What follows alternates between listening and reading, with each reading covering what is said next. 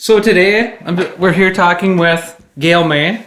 He was a Vietnam veteran and retired as an E4. Yes. Well, thanks for coming today. Thank you. Yeah, so I'm glad to be here. I'm glad you came.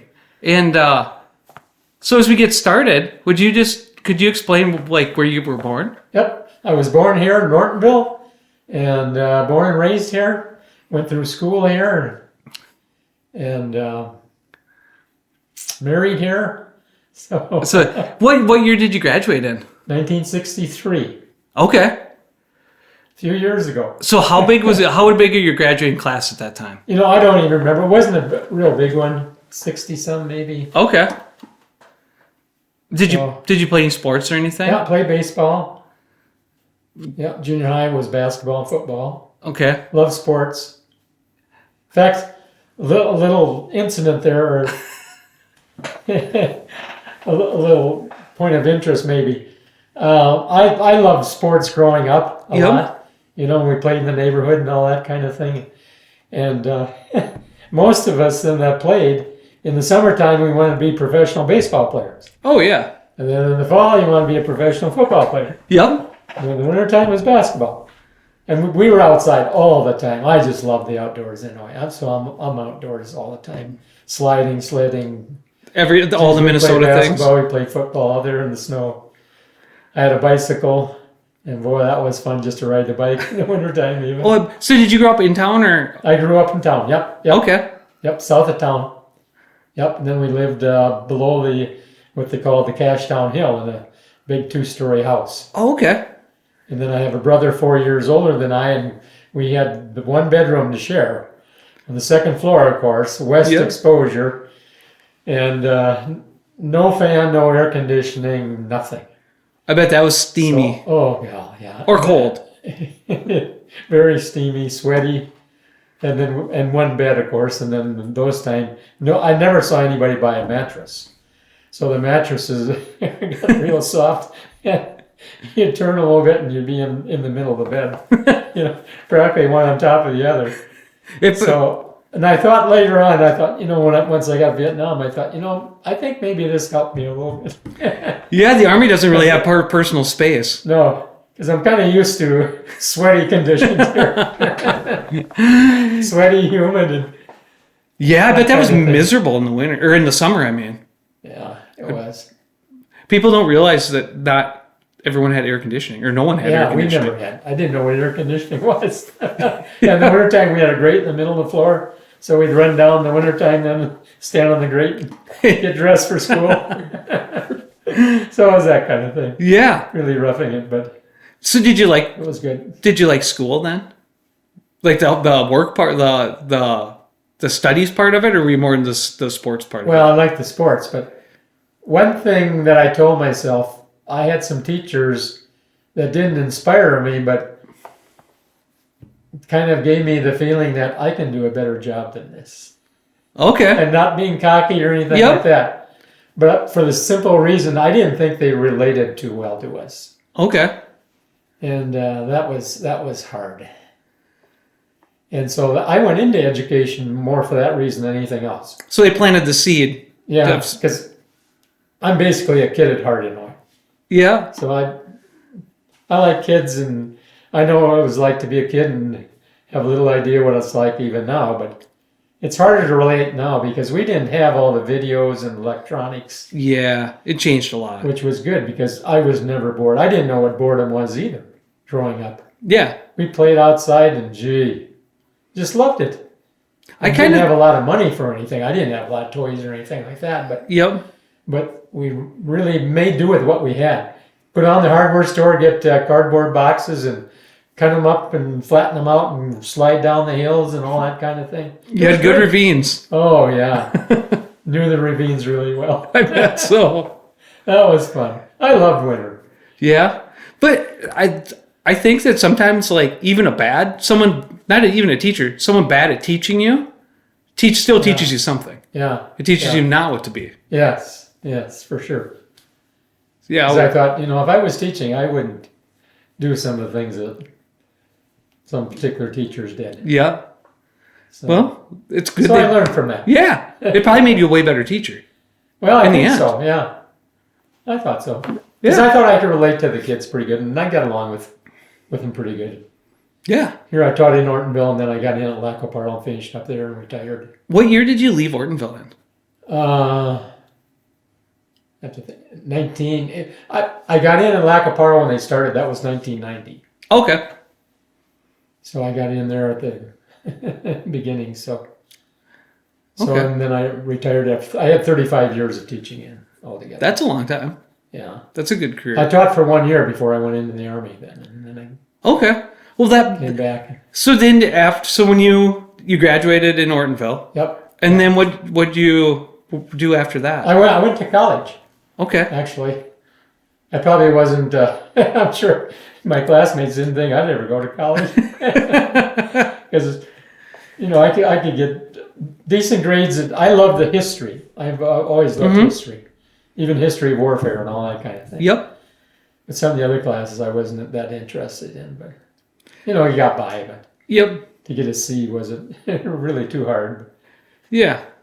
So then where'd C's and B's. C's and B's? That's still. And A's in the social aspect of it. Yep. Then I went up to I call it the little U at Morris Okay. branch of the University of Minnesota. My brother went to the main campus in Minneapolis. And he invited me down there one time. And wow, I thought, geez, this is huge. That must have been eye-opening. Oh, it was for just a little town boy here. And I thought, this isn't for me. I'll go to Morris. And plus, not having any money or anything to speak of, and there wasn't much for scholarships or grants at that time. Yep. I would come back on the weekends here and work. Oh. And I worked at food service up there in the evenings even too. So Okay. So At the college. so I paid my way through that way. Okay. And so you paid. So that was You worked and paid it off. yeah. Where'd you work in Ortonville then? When you came back? Well, Did you have a job in Ortonville too? my father-in-law at that time, Morley McPherson, had a sign business out where I live now. He had a shop. Oh there. yeah. So I helped him there on the weekends when I was going to college, and then when I come back, then I wanted to get back into education, but I didn't get back right away. I used the GI Bill then to get a double major then. Okay. So when you went to Morris, did you know what you wanted to do at that point, or did you? No, I didn't. So you just taking generals? Not right away. Yeah, I didn't know. Yeah. And I thought if I was going to do it over again, I don't know if I would have stayed with education or tried something else. I don't know. So when did you did you decide what you were going to do while you were still in Morris then? Yeah, pretty much. Okay. Yeah. So then did you go there for 4 years and graduate? Yes. Okay. Yep, graduated in 1969.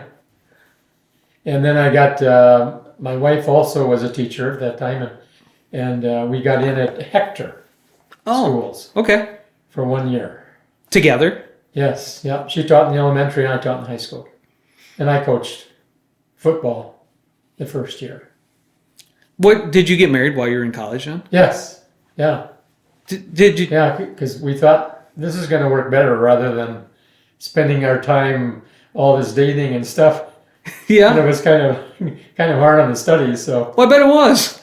So I thought, well, we both agreed. Let's get married then. So you wanted to do that, and it worked out. Oh yeah. Worked out well. And then you both We went had to. a little upstairs apartment in Morris that we found then Okay. after we got married, and stayed there. And we were both doing our senior year. So, and she worked in food service too, helping. She was like an assistant secretary or whatever, helping the secretary there. And then I worked in the foods, wash plates and that kind of thing. That probably prepared you well for where it was coming up too. Yeah. But that makes you meek, so to speak. I mean, you appreciate what you've earned. Absolutely. So that was good. That's a lot of work. Yeah. Not good. Yeah, it was. And then plus trying to get studies done too, so you can get through. Yeah, makes you appreciate everything. And boy, for guys, the draft was a huge pressure factor. Oh, I bet it was. Because first year I was up there, I was living in the dorm. Yeah, and I was in the basement. They had basement rooms, and there were some guys that the party guys. Mm-hmm.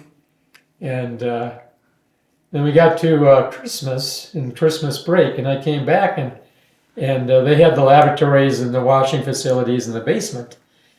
And I noticed, there's not many people around. So I asked one of the guys, "Where are these other guys that were here last fall?"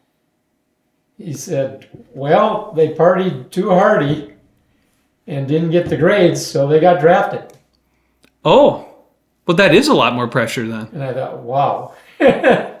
Boy, yeah. If you had to maintain a full-time status, or boom, you got drafted. And you had to have grades. You had to have a passing grade. I'm not sure if it was, I don't think it was a D. I think you had to have a C average. Well, that's a lot more pressure than anyone would realize now. Never living through the draft. Boy, yeah. I mean, I thought, geez.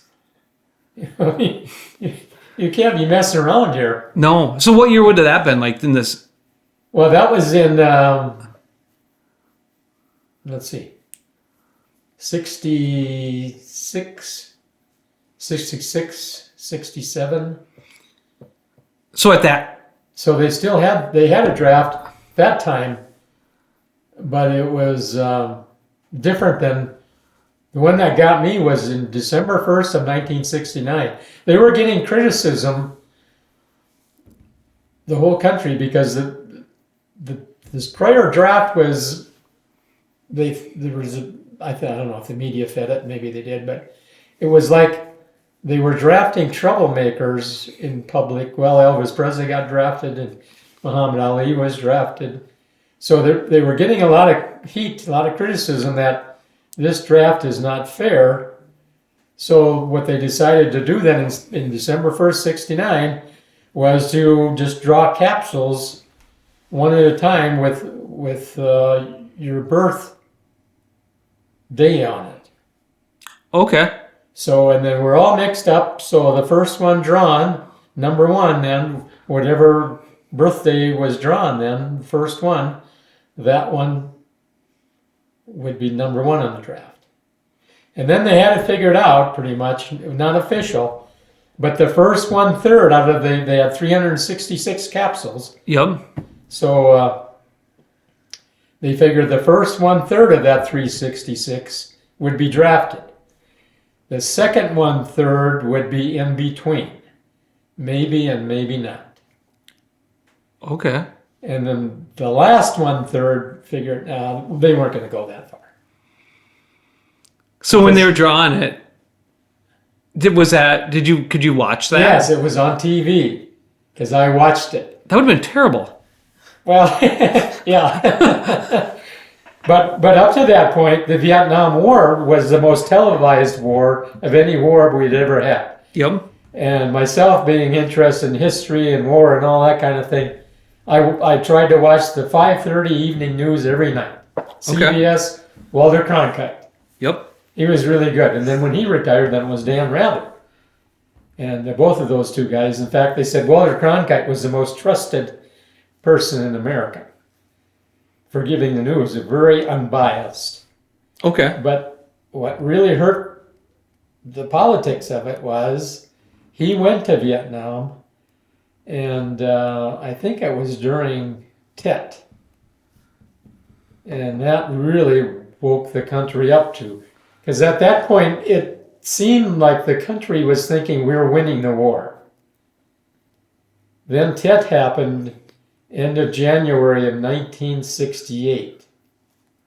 And wow, it didn't look good at all. That's when they broke into the what was it in Saigon, the main building there in Saigon. Oh, the headquarters or that kind of thing. The embassy. It was the embassy that broke into. And then they showed that on TV. And there were Viet Cong on the first and second floor, and the MPs had to try to get them out and all that kind of thing. That was all shown live. I suppose that can change. That can sway a lot of opinions very fast. That was bad. The worst PR they could have had for it. And up until then, they never had to worry about the PR. No, not to that extent. It was going on for a while, Yep. but it seemed, the American public seemed like we're winning the war. And then Cronkite goes over there, and then his conclusion was it will end in a stalemate. And he was right. Yeah. A few years later it did. But after that, boy, the public really turned against the war. And was that about the same time then that they redid the draft?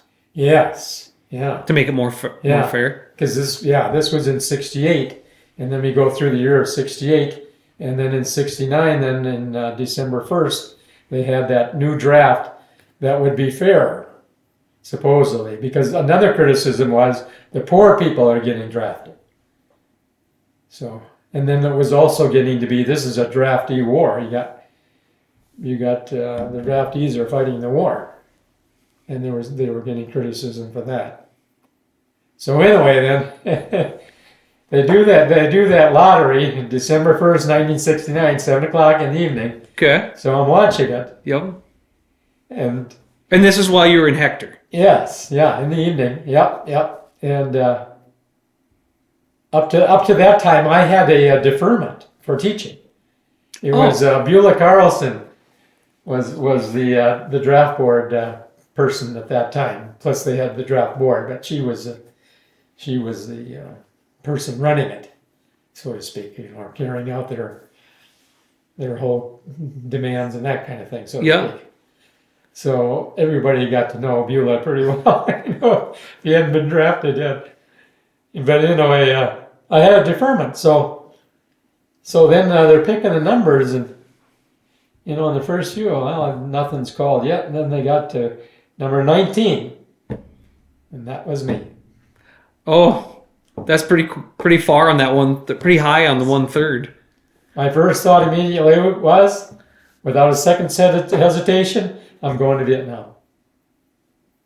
And I got sick to my stomach. Oh, I bet. That would have been tough to watch. Well, not only that, we had lost 3 classmates, teammates up to that time. Here in a small town, under 3,000 people. Yeah. And I knew them very well. Sat with some of them in class and played sports and just kind of hang out. And my wife knew them too. And she was on the verge of a nervous breakdown then during that period of time. And so that was hard because I had to try to, be brave. And I thought, God, I know what's going to happen to me. I'm going to Vietnam. Yeah. And you couldn't help but think, would I be number 4? Yeah, that would. So anyway. That would be hard. Enough, so I got drafted. So how long did it take to get from the December 1st till you got drafted? Till you got a draft September of the next year. September 1970. Okay. Is when I got my official paper. You are hereby inducted into the United States Army and report to Fargo for induction, and so that's where I went then. So did that just come in the mail then? Yes. And then they always had failure report is such and such a fine and jail sentence and all that. Because by that time, some people were going to Canada in the country, and some were refusing draft, and some were trying to have kids and all that. But at that time that wasn't a thought for me. I wasn't there. And I had 4 uncles that served in World War II. Mm-hmm. I had one that I got to know pretty well that lived here. Then when he got retired, he was a career Army man, retired as a Master Sergeant. And then the other 3 served in the Army in World War II, and then one served as a radio operator on a B-17 in Europe, and he survived that. And then I had one in the tank corps. And he got blown out of 2 tanks, they said. That would be something too. Yeah, he didn't. He was very quiet. And all those guys had PTSD, but that wasn't invented yet. Yeah. So, you have the shell shock and that kind of thing. And that's you would have to have something coming back. Yeah. from that? Well, I have to admit, when I got back, I was a little bit older because I got through college in 1 year of teaching them before I went in. So Yep. I was a little bit older than the 19-year-olds, which I thought was good. Because, man, that was tough on the 19-year-olds. A little age is a lot of wisdom. It is. Yeah. Yeah. And especially on that, like made a months. huge difference for me, I thought. Because I thought, boy, if I was 19, I don't know. There's a lot of growing from Yeah. 19 to 21. Or Yeah, 18 to 21. For sure. So then when you got drafted, was there still deferments then at that time? Or not? Like your number came up, there was Yeah, there weren't. there's Well, I think, some guys, would try to do stuff, so they couldn't pass a physical. oh, So then they'd be reclassified. Or Yep. whatever. But, I wasn't going to do any of that stuff. okay. And then there was a possibility if you were married and had a family, you could get a family deferment. I don't know what letter designation it had, but you could maybe get that. But Okay. boy, if you're going to do that, you'd have to plan ahead. Yeah, it was probably too late at that Yeah. point when you got drafted. Yeah, and I didn't want that. No. I wasn't ready for that yet for a family. Yeah. So then once you got your letter and you had to show up in Fargo, Yep. were you gone after that, or did you go join the? Yes. Then did you come home? I at that time we still had bus service down at Cashtown Cafe, and so I bid my wife goodbye. Well, that was hard. She was having a tough time. Like I said, she was on the verge of a nervous breakdown here, and so I thought, well, I'll just show my best face and do the best I can, and so then I rode the bus up to Fargo then, and that they were almost toward the end of bus service here at that time. So it was just me and a few other. There wasn't another guy that was drafted on the bus. Okay.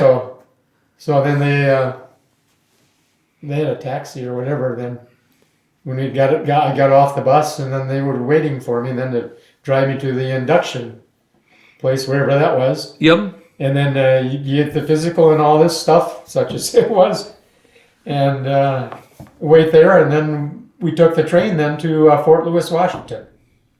Oh, that's a long train ride. Yeah, for basic training. Yeah, Fort Lewis. How many days did that take? Or was it like a straight through where you got? Yeah, but boy, going through Montana, man, that takes about a day. I bet it does. less. Yeah. So, and then when you get there, then we had to wait about 2 or 3 days because they had to get enough people together and get it all organized into a company then for the basic training. So then we got that going, and it was always interesting, beforehand, some guys said, well, they were going to go AWOL and this kind of thing. Yeah. And I don't know, we did lose a couple guys. To AWOL? So or they were just gone? they just disappeared. Yep. I don't know. Wherever they went, they were gone. Yeah. So, but when I got drafted, one thing I did right away was I started running a lot to work out. Yep. Because guys told me what basic training was like, and I thought, well, I want to be somewhat prepared here as much as I can. I was still teaching and everything until school got out then in the spring. But I thought I'm gonna do some running here, so because I know they run your tail off. Yeah. Among other things. So basic training. It was kind of funny in some spots, and other items weren't so funny. But we were billeted, as they say, or whatever. We put up on the second floor of a building, which I thought was a little nutty because their standard operating procedure was they blow the whistle at 5, 6 in the morning, and everybody comes flying down there and gets in formation. And if you're late, you're going to pay for it. Absolutely. And sure enough, and I could see this coming, I thought, don't run down the middle of the steps, because what's going to happen, somebody's going to trip, and you're going to have the snowball going down the hill. And I thought, I don't want to be one of those guys. Yeah. And then later on, as the weeks gone by, they kept hammering this into our heads. If you get hurt, or you really, frankly, screw up, you get recycled. You start all over from day one. And nobody wanted to do that. That'd be terrible. No, Yes. you wouldn't want to get recycled. Yes. And I believed him. I thought, boy, I'm doing everything I can to not screw up. Yep.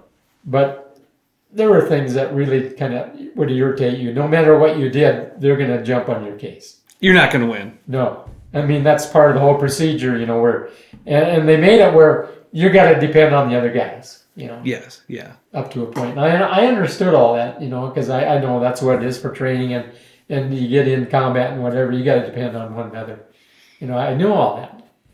But one thing I didn't like was we'd be out training during the day, and then you come back in then for supper and all that. But as soon as we got in, you know, you're just beat to death. And here your whole area is just trashed. Just ransacked. Yes. And that really irritated me because I thought, no, God, instead of maybe, you know, relaxing a little bit, putting your feet up kind of thing. Yeah, not going to happen. You got to find all your stuff and it's spread throughout the whole doggone floor. Yep. And then you got to get it perfectly in place because, boy, they inspected that every day, whether you were there or not. And you better not be messed up. And I thought, geez, you know, and I could make my bed just perfect. Didn't matter. Didn't matter. Didn't matter. Nobody got left out. Nope. Nobody was saved here. And I thought, geez, that was the maddening part. I thought, good grief, come on, we don't need this. Yeah, I think when we were there, we slept on our beds the first night in basic. Yeah. And after that, they said we didn't make our beds good enough. Oh, We slept in sleeping bags on the floor the rest of the time. Oh, yeah. They'd always had some reason where They're right there. somebody, you know, you were doing something wrong, even if you weren't. Yep. Yep. And we had our main drill sergeant was a black guy. He was airborne. He was a pretty good Joe, but you didn't want to mess up with him either. I mean, he was really wiry. But it was the assistant drill sergeants that just you didn't care for. Yeah, that's They were lower rank, and they were the ones that were trashing everything and just screaming at you. And Did your stuff end up outside on the first floor then? no, it was on the first floor, but it was just spread out. Just everywhere? There were the whole squad was in there, and we must have had 40 some in our squad. We either had I couldn't remember now whether it was 10 per unit, and 4 of those, so we had 40, or whether it was 12, making 48. For a platoon of For a 48? platoon, yeah, because our squad was either 10 or 12. One or the other. Okay. And that's pretty much, that stayed that way pretty much throughout the entire 9 weeks. Did you learn stuff then, in between? Did they teach you as much as they could then, do you think? To get you prepared? No. For Vietnam? Yeah. No, not yet. That would be AIT. Okay. I had that next, and I had that then after I graduated from basic training. Then I went to Fort Ord, California for AIT. So what did you go for AIT for? AIT, well, it was going to be jungle training, basically. Yeah? But that's a desert. So, Yeah, it's not very good. so I thought, well, gee, leave it to the Army. Yeah. We got to pretend here. Pretend there's trees Yeah. and jungles. And Pretend the sand is jungle and swamp and all that, you know. yeah. But anyway, well, that time, you know, that was 70, I got drafted in 70, so that was in the fall and winter of 70. Okay. So, and there were a lot of combat units were already getting taken out of Vietnam then. Because when Nixon got elected then in 68, because the LBJ wasn't going to run, because I always thought to myself, Vietnam did him in. Because with that Tet offensive, Yep. the public lost all hope of Vietnam. We weren't going to win there. And interest as well, and support. So that was the end of him. So then Nixon comes along, and then he and his Secretary of Defense, was this Melvin Laird, they decided on a Vietnamization program where we would be training the ARVN troops, the Armed Republic of Vietnam. Marvin the Arvin would call him. And then they would take over, was the plan. Yes. They would do the fighting, so we would be done, and then we would get pulled out, what was left. But a lot of the airborne was pretty much out of there, and the first cavalry division was pulled out pretty much, and they had some remnants just left for cleanup or whatever. Okay. That kind of thing. So then, that whole program. So then, I think that probably affected our training then for AIT and those of us that were going to be going to Vietnam. Because we should have probably been sent maybe to the Louisiana post or Georgia or Fort Campbell or something, where it's going to be a little bit the environment of a Vietnam. a little closer. Where it's going to be the tropical jungle kind of environment. Yeah, that would make sense. But, anyway. But then and I don't like people getting in my face and hollering at me and that kind of thing. So I tried to be the best soldier I could be. Yep. Even though I was drafted, and I thought, well, I didn't really want to be here and be married and all, and the way my wife was taking this, but I thought I'll do the best I can. So I got put up for Soldier of the Month at Fort Ord at the AIT, and I got selected for that. Oh. So I was Soldier of the Month in March of 1971. Well, that's cool. Yeah, and I got a promotion on that. I got E4. Oh, that's pretty good to come out of AIT with this an E4. Yeah, I was happy with that. Morale wasn't the best anymore in the Army. I could see it. I mean, this Vietnam thing was going the wrong way for America. And the troops too. And there were guys that told me then, when I was AIT in California, that had been to Vietnam and rotated out. They told me that one of the biggest morale factors that really killed morale in Vietnam was Robert McNamara and his body count. Oh, yeah. Because every time you had a firefight or any engagement with the enemy, you had to send in a report to headquarters. And the first thing that headquarters would ask these units was, what's the body count? Before even asking, did you lose anybody get hurt? Oh, that would kill the morale. That was second to a body count. And sometimes there wasn't a body count. I mean, sometimes you don't engage the enemy. Yeah. The NVA, I respect them because they almost had to live off the land like the Viet Cong, but they were supplied then from China and Russia, but they were very good. Yeah. And they lived off of nothing. Yeah. Yeah. And they had the sandals and that kind of thing. I thought, geez, I mean, how can you fight a war this way? They're hardly supplied. But they were very good at camouflage. Because we had a number of firefights where you never saw them. You shoot at the fire flash. And that's all you saw? And that was it, yeah. Yeah, that's tough. And then either they would withdraw or if we were fortunate enough to win it, then we go and check and see, and then you'd find the bodies in the brush or whatever behind things, and I thought, geez, these people really know their stuff. Mm-hmm. I mean, you don't want to be caught out in the open with them. No. And then that AK-47, that was another thing. I thought in a way we were undergunned there. We had our M16s, and I liked the M16, but in growing up, I never had anything. I had a hand-me-down 410 shotgun for hunting. My brother and his friends did a lot of fall hunting. It was ducks, geese, and pheasants.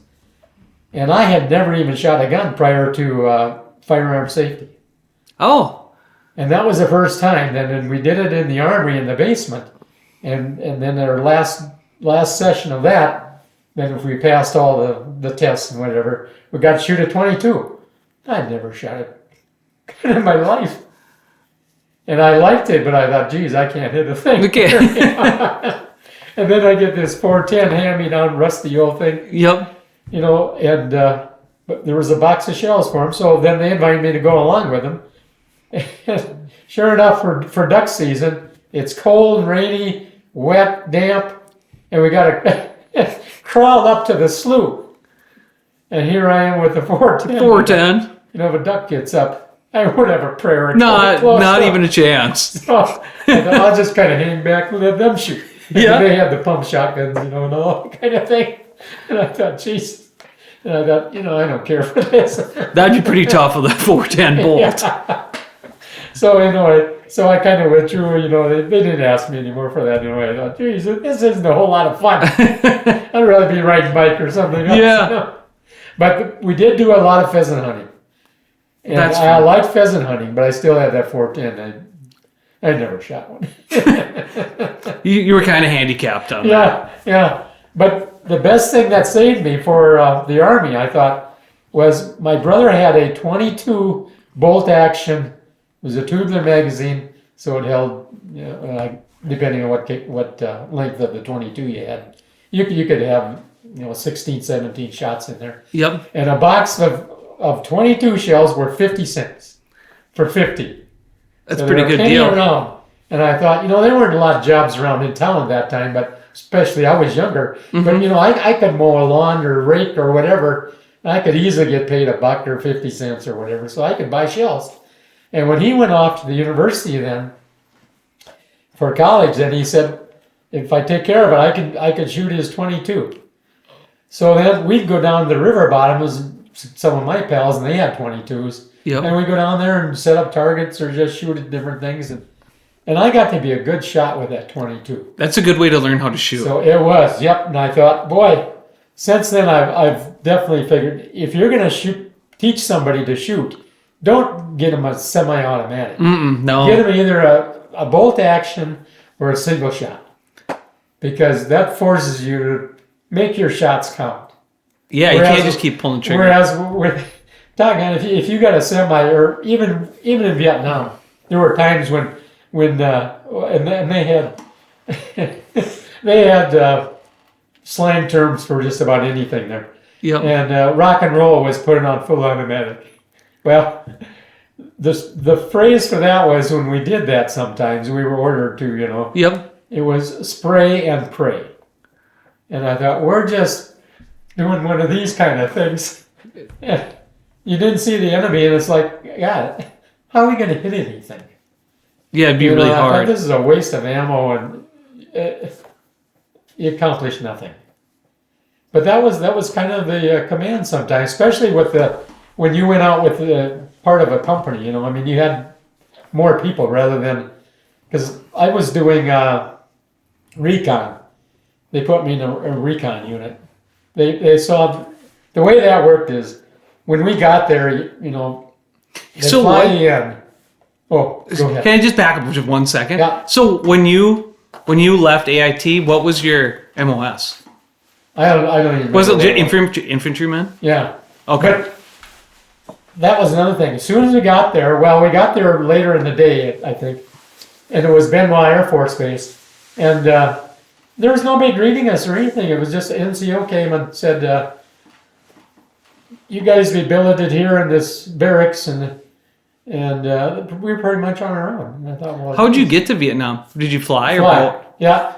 The way it worked is we flew up from Travis Air Force Base in Oakland, California. Okay. Flew there to Anchorage, and then must have been a pit stop, refuel, and then we go to Tokyo, and there I think they had some mechanical problems, so we just stood around there in the airport terminal because we couldn't go anyplace or anything like that, and that took a while. And then from there we went to Hong Kong, and that must have been another refueling, and then from Hong Kong to Benoit Air Force Base. It was outside of Saigon. Okay. And then once you got there, that's where you're billeting. Yeah. And the way they worked it, and I knew this because I was told this, and in fact, I read this too. They open up the doors then in your aircraft and let the smells and the heat and the humidity, you know, so you get a little bit of an idea of what's facing you. Some of the guys are moaning and groaning already. And I thought, hey, this is much different than sleeping up in my bedroom or my brother's bedroom or both of our bedrooms. Yeah. You know, but the smell, I thought, my God, this country stinks. Because what they were doing then, they had these big round barrel kinds of things where they're burning human waste. Oh, yep. And then they're using the jet fuel or diesel mixture or whatever. And God, that did. That's a bad smell. And that was all over Vietnam. Never changed the whole time I was there. So, but anyway, then we got there, and just kind of looking around and they did this NCO guy then. I don't know if he was Air Force or Army. I don't remember anymore about that. But he, when he showed us where we're going to be sleeping, then he said, "Here, I'll show you these other barracks. They got hit by a rocket attack the night before, so they had was all these galvanized sheets, like you'd have on a machine shed kind of building today, and some of that was piled up and everything, and you could see a little blood around, and so yeah, that's a welcome. Yeah. Then the next day." Then we get in formation, and then I think it was a captain that came out, Army captain, to welcome us and give us the orientation. And he welcomed us, and he said, the next thing he said, I'll never forget, "You're in Indian country now." And I knew exactly what he meant. Yeah. I thought, yeah, we just saw it here. Yeah. At the barracks. So anyway, then he told us, what to expect and this and that, and then the master sergeant then comes out after the officer left, and he welcomed us, and he said, "Welcome to Southeast Asia, land of 100 species of snakes, of which 99 will bite you and 1 will eat you." Oh no! I thought, yeah. I knew there were snakes here in the jungle. Yeah. But that was his welcome. That's a nice welcome. And then it was, keep your head together in different terms. Yeah. So, and then another thing then that we got told prior, I think just right after that or whatever, maybe it was even part of his speech, I don't remember, but they said, your dog tags, you take one off, you tie it to your shoelace. Because people get hurt over here, they get killed over here, and sometimes we can't identify them. I thought, oh boy. That's probably a realization thing there. Yeah. So that was it, so I had one dog tag on my shoelace and the other then around your neck. In case one gets... We lose one or the other. So yeah. And that happened. Unfortunately, but... So anyway, but getting back to basic training at M16, I thought, they gave us the M16 then in boot camp. Yep. Yeah, and geez, when I had it, then I thought, man, this is almost like my brother's 22. It had been a weird feeling at the time when they first came out. But it was plastic. Yeah, it still feels weird. It's normal now, but and I thought, how is this going to work if we get in hand to hand here and you're using it to butt somebody? How is that plastic going to hold up? That was my thought. But shooting it, I qualified as an expert with that thing. So you like shooting it then? Oh, I love shooting it, yeah. But it jammed on me twice. But then I read some on that and I thought, Army Ordnance really messed that thing up. The whole feeling was they were the ones then that had to come up with a new weapon. That was to replace the M14. And the M14 really was a hybrid of the M1 Garand that the World War II guys had throughout the war. And boy, if you've ever lifted one of those, God, those things are heavy. Really, really heavy. And I thought, how did these GIs get through with that? 4 years of the war lugging that thing around?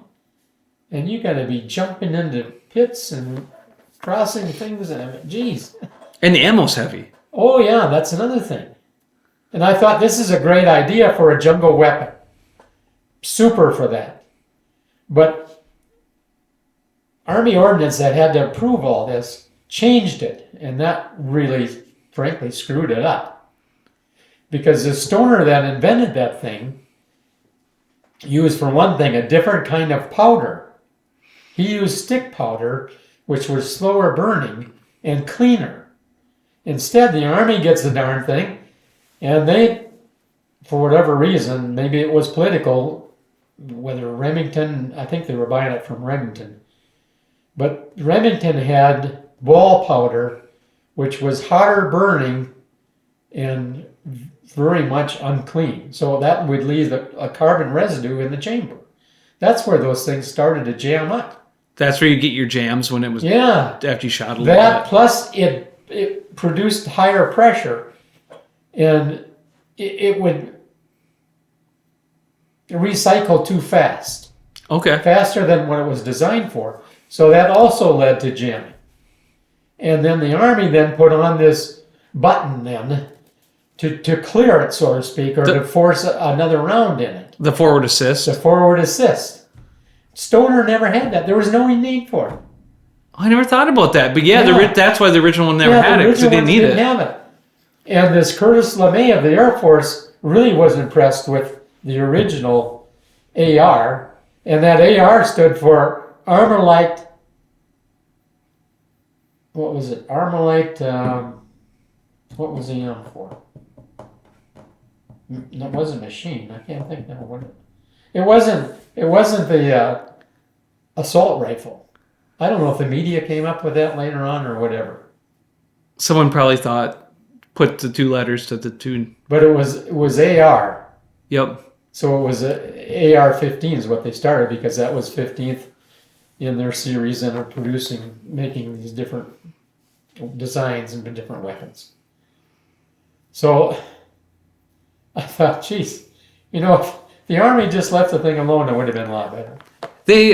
Once you to stick into the government, they have to screw a little bit up. Yeah, I know. They had to have their hands on it.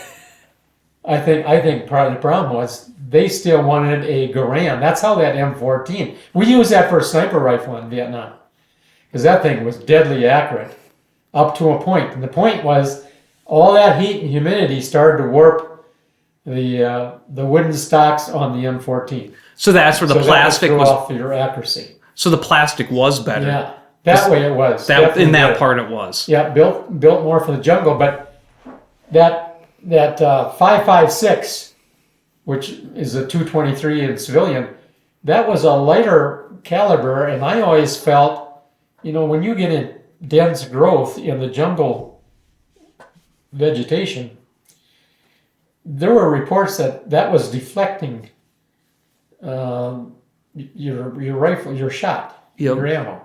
And I think there's some truth to that. I would think there would, it's a light bullet. But the problem was, though, if you go heavy, boy, in a jungle environment, that weight really adds a lot. You would have had to cut down on how many rounds you could carry. Oh, yeah. Well, and that was another problem we had.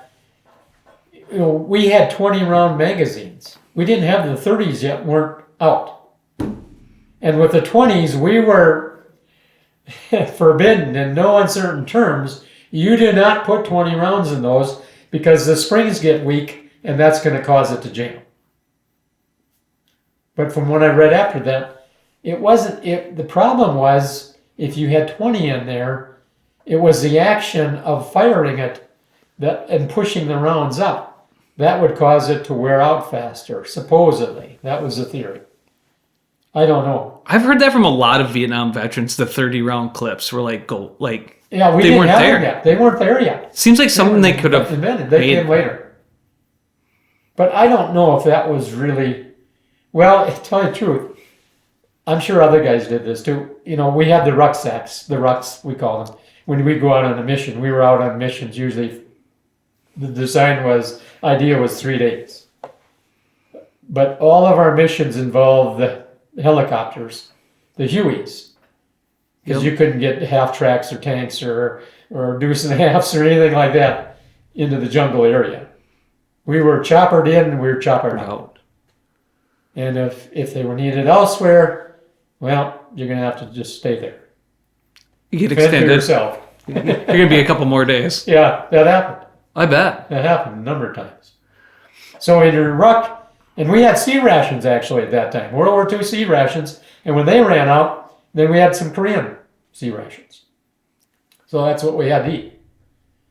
So then the idea was, okay, what are you going to put in your ruck? Are you going to fill it up with food or socks or underwear or magazines? Full magazines.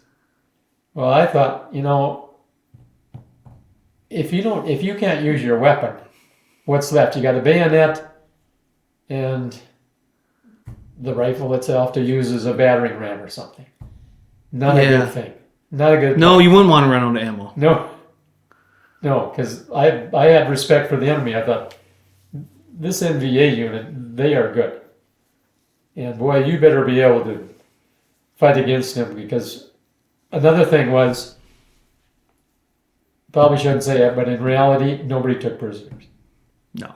If you took prisoner, it was to get information out of them, and then they were no longer of use.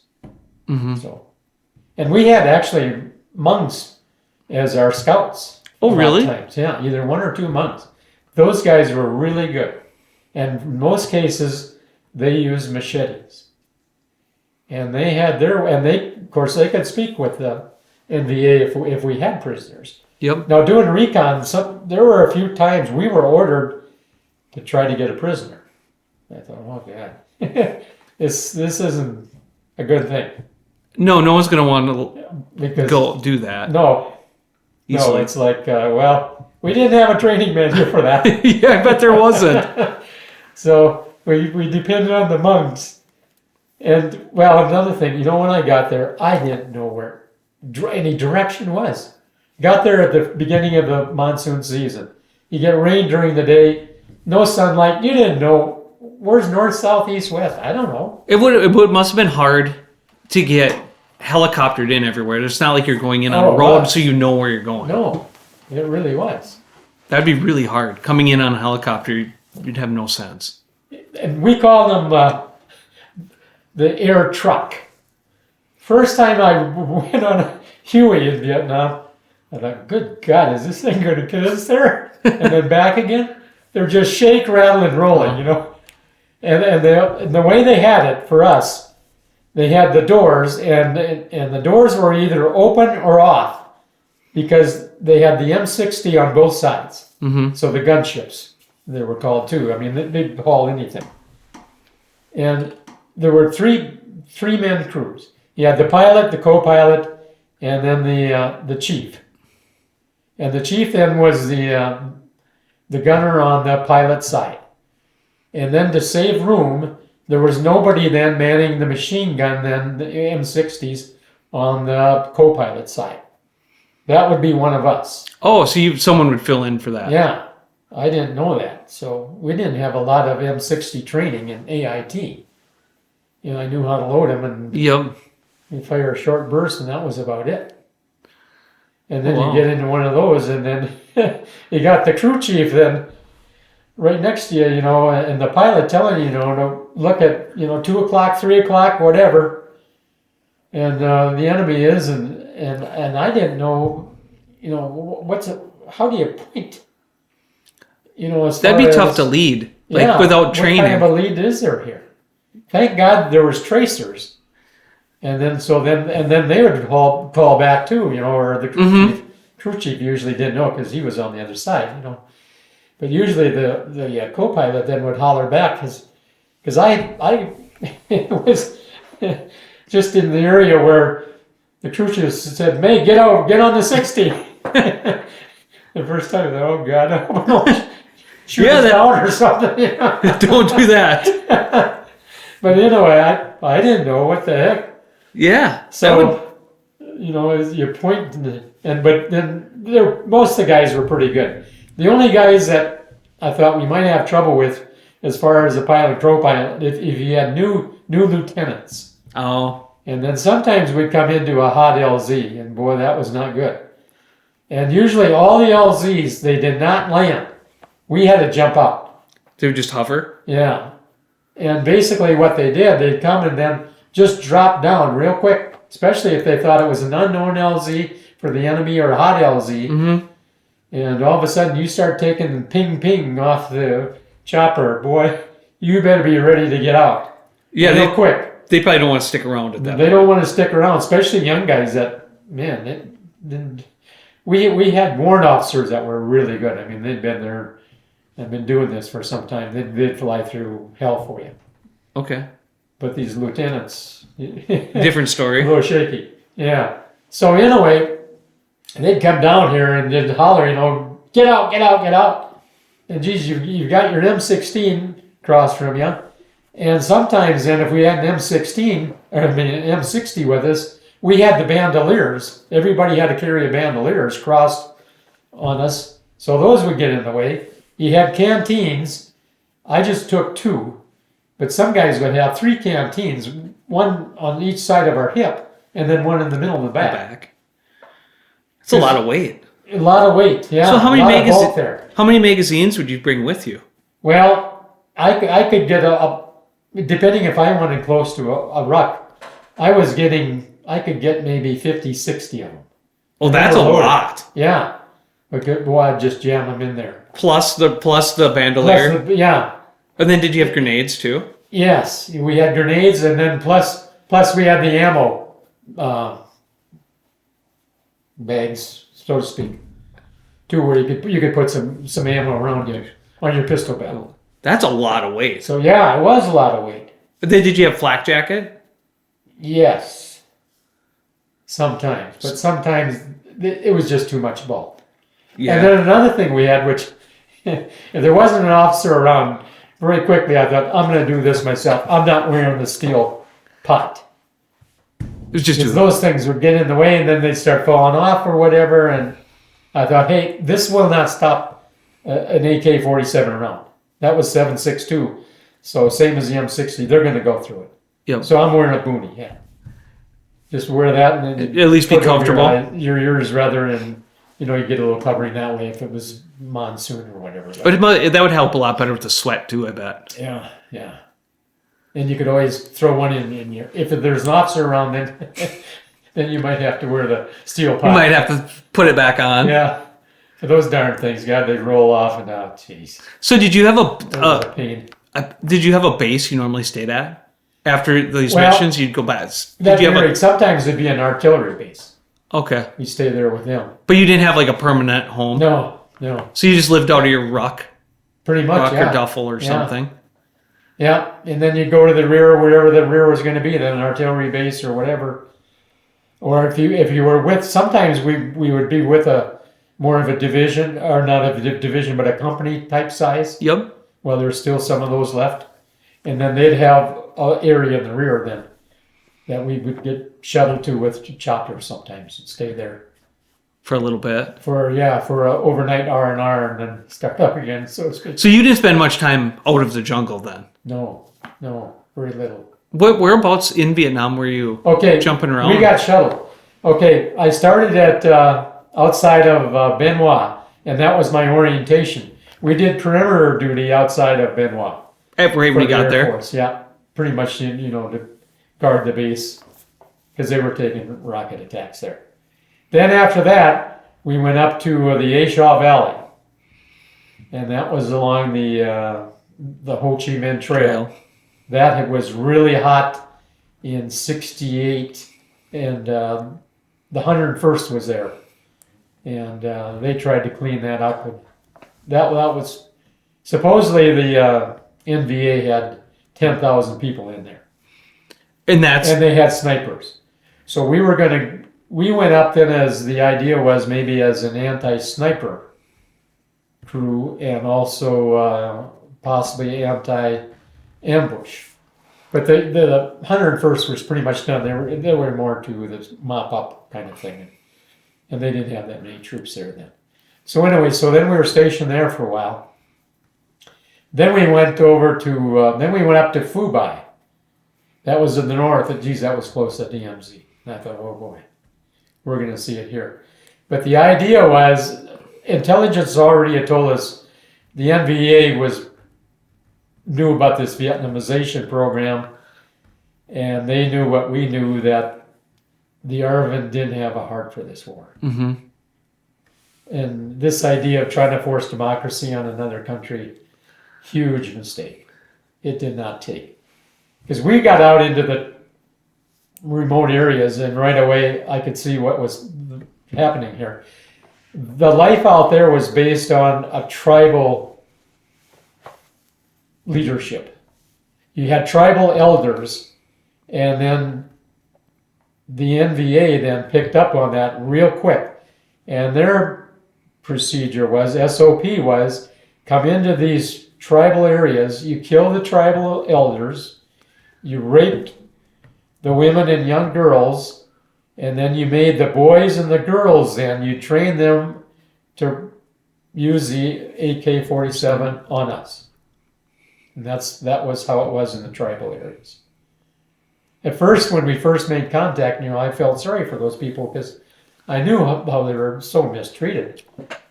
But on the other hand, we went there sort of search and destroy, but more to find weapons and whatever pieces of warfare they might have. And sure enough, we were finding AK-47s buried underneath their little thatched huts and that kind of thing. And sometimes mortar pieces and that kind of stuff. And it was all, and they were brainwashed into the thought was we were the enemy. So it's kind of like during the day we could rule during the day, and during the night it was the NBA. And that was another thing. We did not want to do nighttime excursions, missions, because it was harder than heck to see. Yeah, I can believe you wouldn't see anything. And even, we'd go out on LPs, a listening post, or you do a guard duty when you're out there. And either one, I thought, geez, the first few times it's like, they're going to be on top of me before You never even know. And we do a LP back to back. Two of us would go out, and then we'd sit there for 1 to 2 hours, and then you get relieved. How far out in front of everyone else were you? Well, that varied depending on the terrain somewhat, and whether we had sometimes we were ordered then do not engage the enemy. We were there just solely then for the reconnaissance, what you can learn. It got to be, I thought, this is like a cat and mouse game here. We're looking for them, they're looking for us. And you're just moving around. So, yeah. So how many people would be, did you go out as a platoon? Like as 40 people? Or, no. Or a lot of times it was just 4 or 5 of us. One chopper. Oh, wow. That was it. Oh, that's really small. Yeah, yeah. And they might have them going in different areas, but yeah. And usually, I was usually the newest there. So I'd go up then with sergeants, E5s, E6s, and those guys knew their stuff really well. So I was kind of the trainee. And they told us, I think I forgot to mention that when you were talking about the MOS, when we got there, that next day then, when we got the orientation, and then they told us, and you'll be called out, you go into this building, and then they had different clerks in the tables. You call your name out, and then they tell you where you're going. Okay. So when I went there then, they called my name, and I went, and there was a, I don't know, E6 or somebody like that, NCO, leaning over the clerk, and I could tell they were looking at, paper, and that was my record up to that time. And so then they saw that I qualified then as an expert with the M16, and I had a college education. So I guess they put 2 and 2 together in a way. That sergeant said, May, you're going to be with us. Your MOS doesn't mean jack here. So I thought, okay, and you're gonna go recon.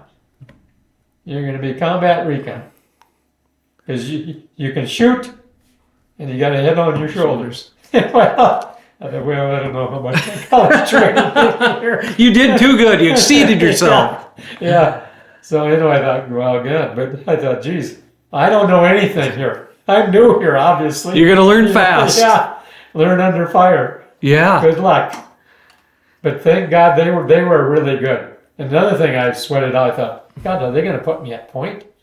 Because there were some units, they had told us that in AIT. The guys that were already in Vietnam, when they get new people in, they have names for them, and I won't repeat, but some units, they would put them up in front. Oh, that wouldn't be good. No, and I thought, well, that's kind of stupid. But that was, their point was, to see if they can survive it and not get anybody in trouble, then they'll be accepted. Mm-hmm. And if they don't, well, they might get shot in the back. I mean, some of these units, geez. I don't know. So did you feel safer in the unit you were in then? Yes, Once you got, I did. With just 4 or 5 people? Yes, because we had to help out as far as getting recon, getting intelligence into some of these other units where, there was drug problems, low morale, and some of these guys were not fit for duty. And I could tell, I think some of these guys are drugging just so they'll get out of this, so they're not going to be in harm's way, so to speak. But boy, I don't know. And there was fragging then going on then too in the 70s. It wasn't where I was, but we heard it. You heard it. Went all over. And I thought, do you feel that it was better? You're better off than where you ended up? Yeah. Like maybe not at the time, I was happy that it was an experienced crew and they were a little bit older and they accepted me. And one thing, I didn't drug, I didn't drink, I don't anyway, but I was always fit for duty. And that meant a lot for this guy. I bet it did. So, anyway, so they accepted me, but boy, I learned a lot. And one thing that I figured out right away is when we go recon, you don't walk on any of the trails. It was very kind of a mixed emotion there because I thought, geez, it'd be a lot easier. We're walking on these paths here. They're already broken in. Instead, we're going through stuff that you can hardly move into. Yeah. But I thought, because 2 reasons. They booby-trapped him, and they're at the end of the trail. They made a trail for a reason. So I thought, I could figure this out. And they told me, we don't walk on any trails here. So would you walk alongside the trails? Well, parallel. Yep. But sometimes it wasn't very close, but I mean, you could keep it in mind. You could see. So how far in the jungle, how far could you see? Oh, geez, sometimes just a few feet. Could you see the person in front of you most of the time? Or would you adjust if we were close, yeah. Sometimes you want to be close and other times you want to be spread out because the thing there was, if we walk into a trap, you don't want to be close together where just a burst is going to get everybody. But there's not many of you. No. But, and another thing then that they told me was, getting back to snakes again. Get in the depths of the jungle, you got vines hanging down. Mm-hmm. And they hang down pretty low. Well, you had what was called the triple canopy. You had 3 different layers of vegetation. And that was another reason choppers couldn't land in that. So you had to either dig out an area when they come to get you, or else you'd have to find an area that's pretty well cleared off. Sometimes that's where that Agent Orange came in. Some of that area was sprayed with Agent Orange then. To get rid of that. And I thought, that's real good for us because the Army didn't say boo about that. And I thought, here we are. We're going through it. We're eating in it. We're sleeping in it. So even at the time, you kind of knew it was a bad deal? Yeah. We had known about it before we even got to Vietnam. Oh, okay. That Agent Orange is being used. And it was very controversial at that time already. Oh, I didn't know that. I thought it was like a 2,4-D is the way I envisioned it as. Yeah. Yeah, I thought it so. So then, how dark was it with triple canopy? Like during the day, it must have still not been very bright. No, there was never hardly any sunlight coming through there at all. And geez, thank God for the monks. They knew their way through it. And I thought, geez, in the beginning, I wouldn't have a clue as to how to get through this stuff. By the time you got into it, were you better? Did it make more sense? Yeah. But that was another thing. I thought, it takes about a year to really get acclimated to this. Mm-hmm.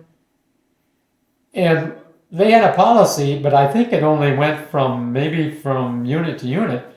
You could take an in-country R&R or you could take an out-of-country R&R. And I thought, well, what good is that for the rest of us? The rest of us are stuck here. I don't know if this, and nobody's at full strength. Nobody was. We were always short. Every unit was short. And that was a good part of it. Plus now they were withdrawing. More of the combat units were being withdrawn. And that was under this Vietnamization that was going to work so well that Nixon came up with, well, right away, I was told in AIT in Fort Ord, don't let the ARVN troops get behind you. Because if things get really bad, hot, and you're not doing well here, they're going to leave. They're going to take off and run, and they're going to end up behind you, and they're either going to turn their weapons on you, or they're going to drop them, put on black pajamas, and away they go. And those be gone. Yeah, you never seen them. So did you have any with you then? No, thank God. That was another. So you thing probably got really this lucky year. on that I too. lucked out, yeah. Some of the larger units did, and boy, I made that very clear when we had to work with them a little bit for intelligence. That boy, if you're going to have these armed soldiers, you keep them in front, or you're going to have another unit firing at you. And that you don't need that worry about that. No, you had enough the way it was. And then getting back to that triple canopy stuff, things hanging down. They told me, some of these vines are not vines, they're snakes. Would not like that. No. When you got to be kneeling down the way it is, and then you got a vine hanging down that is right above your head. Yeah. I don't want that to be a snake. No, I wouldn't want that. So I learned real quick with my M16. I just started doing this kind of thing. check for snakes ahead of you. And if nothing else, I'll bat them out of the way. But we had that. They were, of course, the reptiles. They can swim forever. It seemed like they were in the waters too, and in these swamps, and you could see them then because they'd be keeping their head pretty much above water. And you'd use your butt of your M16 then. Did you ever get used to them then? No. Doesn't seem like something you'd get used to. No. And the thing I didn't like was at night. I hated the night because you couldn't see the enemy, you couldn't see the snakes. I think I'd be more scared of snakes almost. Well, yeah, because we had reports where guys would, lean up against a tree or something at night and then sleep and get a few hours sleep and wake up, and there'd be one that would be on them that didn't feel, or right over their head. And if they took off boots, there'd be one in their boots. That's why I never took off my boots. You just left. They were on for the mission? You bet. I thought, get to the rear, then I can change and all that. Same way with carrying in your ruck. There was no point in carrying a lot of clothing in your ruck. It was going to get soaked. It's just going to be either from going through the swamps or the monsoon. One or the other. You're going to be soaked. So that's why I thought, I don't need a lot of food. And that was another thing. You could tell guys that were working in the jungle for any period of time, nobody was fat. There were no fat guys. I bet there wasn't. Because we were all skinny as get out, because you didn't eat much. Because you didn't carry a lot of food. Yeah, you wouldn't want to carry it. Rations, they weren't that tasty anyway. Keep you alive. And that was about it. And figure, well, when you get back, then we'll have a decent meal when we get back, maybe. So you'd go out for 3 days then? Well, that was the plan. Usually 3. So how many MREs would you bring? Or how many rations? Like a day's rations? Or? Well, I'd just throw some cans. Just some cans in. And yeah, depending. Sometimes you had a feeling whether, is this mission going to be on the hot side, or is it known that there's enemy in here? Have they been there? Any reports and all that? Because we get briefed on that kind of stuff. So you kind of have an idea going in? Yeah. So how would you... If you helicoptered in, would they would they make a hole in the canopy to get you in? Or would you just find a LZ or something to land the helicopters to jump out? No, they hovered. They would hover. Oh yeah, they'd never ever. How about in the triple canopy? You jump in it. Really? Yeah. That'd be something. Then how'd you get back out? Well, that was it. You got to find a clearing. Okay. Either you make a clearing someplace, or you go to a point that was designated as a clearing. Hope they come. And hope they come and hope they get low enough? Yeah. Oh, well. Then they would land to hop on. Okay. But you better be ready, because, man, they want to get out of there. Don't want to leave anybody behind. No. You never survive it. So, what would happen if you needed a medevac or something? Well, yeah. Well, sometimes we'd have somebody as radio man. But again, there was no guarantee depending on the weather and depending if they were needed elsewhere. So yeah, it was a lot of hoping. playing by ear, so to speak. And this isn't a good thing here. I mean, we're in war here. Yeah. I'd like to have things a little more definite. I want to get out of here. If I can. I suppose then someone had a radio too, which would be heavy. Yeah. That was another thing. I learned, especially the larger units, you always had radio, you had a machine gun. And I learned real quick. And then a lot of them had medics too. We never had a medic. Oh. So we'd take care of anything ourselves, or you're just... Did you get better training then? SOL. Did you have medical training No. above? You get it and on the mission. Yeah. If it came to that. It came to that, yeah. But the larger units, I learned this right away. There are certain parts of the unit that wear a target. Medics are one. That's why there was a shortage of medics. They were shot. NVA would try to shoot them right away. Because that would mean then the rest of the unit then are going to have to tend to those wounded. Yeah. And that's going to take them out of the action. Yeah, it would take more people. Was the theory. Another one was a radio man calling in for artillery or That whatever. seems like it'd be bad to have a radio. So anybody speaking on a radio, you got a target on your back. Mm-hmm. So and the officers, usually most of the officers learned right away, don't wear your rank on a mission. Oh, yeah, So that that'd be shows bad. up. Of course, they were subdued anyway, so I thought, I don't think they're going to show up. They're not the metal ones, they were just the cloth type. So, but anyway, those guys. And then the M60. Whoever was shooting the M60, you got a target on your back. They're going for you right away. And anybody feeding the ammo bearer, you're going to be the next one. Unless there's only 5 of you, then it's going to be everybody. Yeah, well, we didn't have that. For the Recons, You didn't we carry didn't it. worry about that. Because we didn't carry an M60. And usually they had me designated as a rifleman. And then the other ones then would be trying to gather recon and this kind of stuff and finding the trails and whatever, doing more of that. So... Did you stay with the same 5-6 people the whole time you were there? Did people rotate out, kind of, in the end? Well, some guys ended their tour ahead of me because, I was the last one to come, actually. Oh, you were? You're the last person on your team? For a lot of that, yeah. Yeah.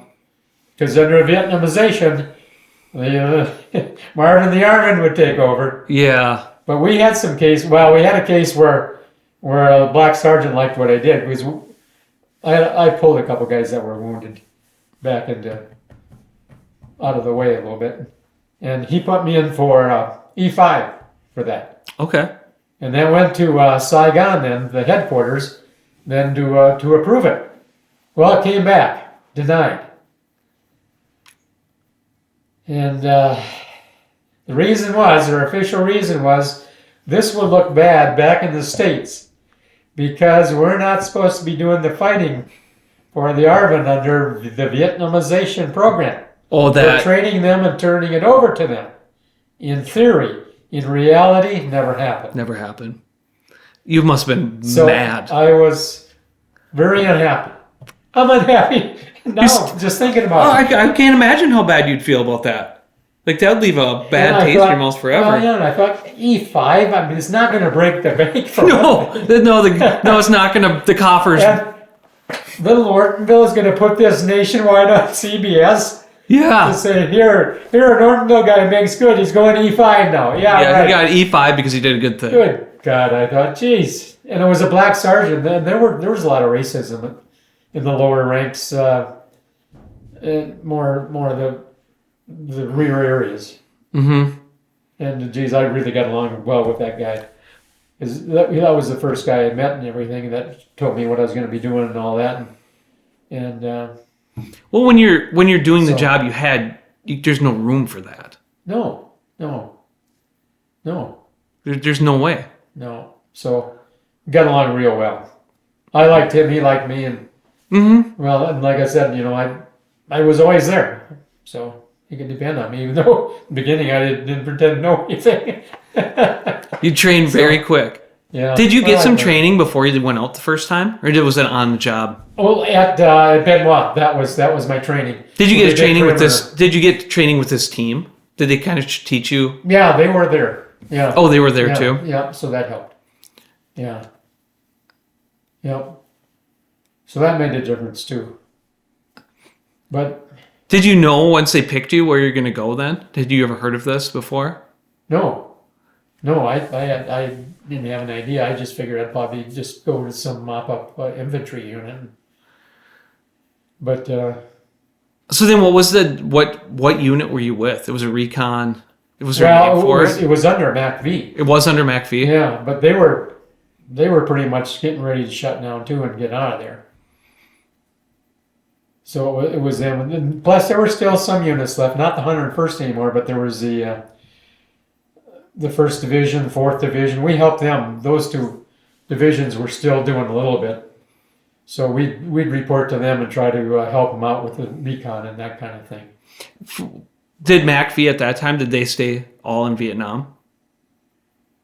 No. They really took out a lot of their people, so it was more of a skeleton crew. Oh, okay. At least in that area that I was. I don't know if they were operating too much in their other areas. Other areas anymore? But it was very evident that the NVA was planning something big way before they came down in 75. Because we knew that already. And when I pretty much toward the end of my tour, then we weren't going out as much. And we were doing some kind of like mop-up kinds of things. And I could already see there were areas when we went by, football fields, just full of tanks, artillery pieces, half tracks, deuce and a halves that were going to get turned over To to Arvin? the Arvin. And right away when I saw that, I thought, not going to happen. The bad part is we did it like a couple more times after that. Yes. And Like I we keep thought, doing that. all of that money wasted because as soon as they came down on the Ho Chi Minh Trail, the Arvin were already retreating practically. Mm-hmm. They had one good division that was there. They were pretty much shot up and done with by the time I got there, in fact. That was earlier in the war. That was good. In fact, when I came there was a South Korean division. They were leaving. And there was an Australian division there. They were leaving. So it was really pretty much just we Americans were the only foreign element left anymore. And that was really decreasing big time with this new program, which was a total failure. I thought, why didn't you people listen to us? I mean, we were reporting back that there's no help here. Yeah, I don't think, like, because it happened in Iraq and it happened to Afghanistan. Yeah. That commander out there wants to be better than the guy before him. So Yeah. people just start making numbers up Yeah. to try to be better than the person before him. Well, that's what the body count was. Like Yeah. I said, it was a joke. And there were guys that were telling me when they'd start a mission, they decided, well, what should the body count be today? What number haven't we used for a while? Oh, And it was no. just a stupid joke, meant nothing. No. And it really, like I said, that really affected morale when they don't even ask you, do you need help, or did you lose some people, or you got wounded? You know, none of that. That all just took second chair to what's the body count. That'd be demoralizing. Oh, it was terribly. And like I said, we knew the public support back in America was nothing. So here you are, you know, putting your life on the line. Fine. And that was another thing. I thought, God, I'm putting my life on the line here, and you can't even let me earn E5. Yeah, I can't Jeez. imagine getting over that. I don't think that would be possible. I think that's one of those that's even good. today. Yeah. When I think of Vietnam, that's one of the things I think, God, you got screwed on Of that. that for a And political. I was a good soldier. I tried hard. Well, if you ended up where you were for a year, you had to have been. Yeah, well. They would have kicked you out if you weren't. There's a little luck too, I'm sure, but I'm sure there is. somebody looking over you, but because that was another thing. They had snipers. Mm-hmm. They were good. And that would has to be really hard to see. Like you can't if you can only see 3-4 feet in front of you. Oh, yeah. How to see a sniper would be. Were they in the trees then? Well, yeah, usually they're up in a tree. Or some areas if you're up and up higher. Sometimes we'd be close to maybe some mountains too. So then they'd be dug in up a mountain a ways. Okay. And sometimes they'd even have their artillery pieces there. That was big in the A-Shaw. That's why they were so hard to get out of, because they were so dug into the mountains. It's good they've been there for a while, I assume. Yes. They've been planning this for years. So did you have air support at that time, or was the air support kind of gone? Yeah, we did when I first got there. And that was another thing. Boy, I thought we had the Air Force and the F-4 Phantom, they would drop napalm. And man, when you see that, I just would look up and say, I'm glad you're on our side. I can't imagine that. If we had napalm dropped on us, man, you don't survive that. Jeez, that was, whoever invented that, holy smokes. That just fried people to a crisp. Yeah, that would be terrible. That would be terrible to use. And another thing was we walked into a B-52 strike. Really? Yeah. But we were a long ways away. Because we were going on a mission then, and I was toward the front. In fact, at that time, we had a point man, and then they told me, you're number 2, May. That means you got the back of our point man. Yep. You keep him alive. Okay. I'll do my best here. Yeah. But it was, again, they put a lot of faith. If you qualified as an expert, they put a lot of faith in you. Because I was kind of surprised. Not many of you guys did. Out of our whole company of 200 men, I think there were only 4 or 5 of us. That's a big deal. Yeah, so that was a big deal at that time. And over there too. So anyway, that's what I was doing. And then all of a sudden, no warning, didn't see anything, didn't hear anything. The ground starts shaking. And right away I thought, earthquake. And then as soon as I thought that, B-52 strike.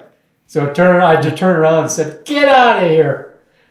I hollered as loud as I could. So then we just ran the other way. Back, yeah. So how far away was that? Oh, geez, I don't know, but we were a long ways. And I thought, geez. That had to have been something to feel and see. Oh, well, yeah. Because we didn't see anything, just felt it. And right away, I thought for sure this was an earthquake. I knew that area had earthquakes, but I never dreamed that, geez, we'd be in that close to a B-52 strike, and we couldn't see any.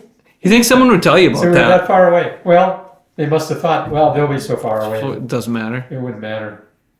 But boy, I sure felt it. That'd be crazy. I've always heard about it, but I've never talked to anyone that actually. That was the closest I ever got. That was close enough for me. Oh, I bet. Just hearing it, I can't imagine the noise. We didn't hear it. You didn't hear anything. Didn't hear it. No. Just the shaking. Far away. And it still shook that bad. So I thought, geez, they must have had a lot of them there to cause that much shaking of the ground that far away. That way, I don't know how far away we were. That's insane. Far away where we couldn't see or hear them.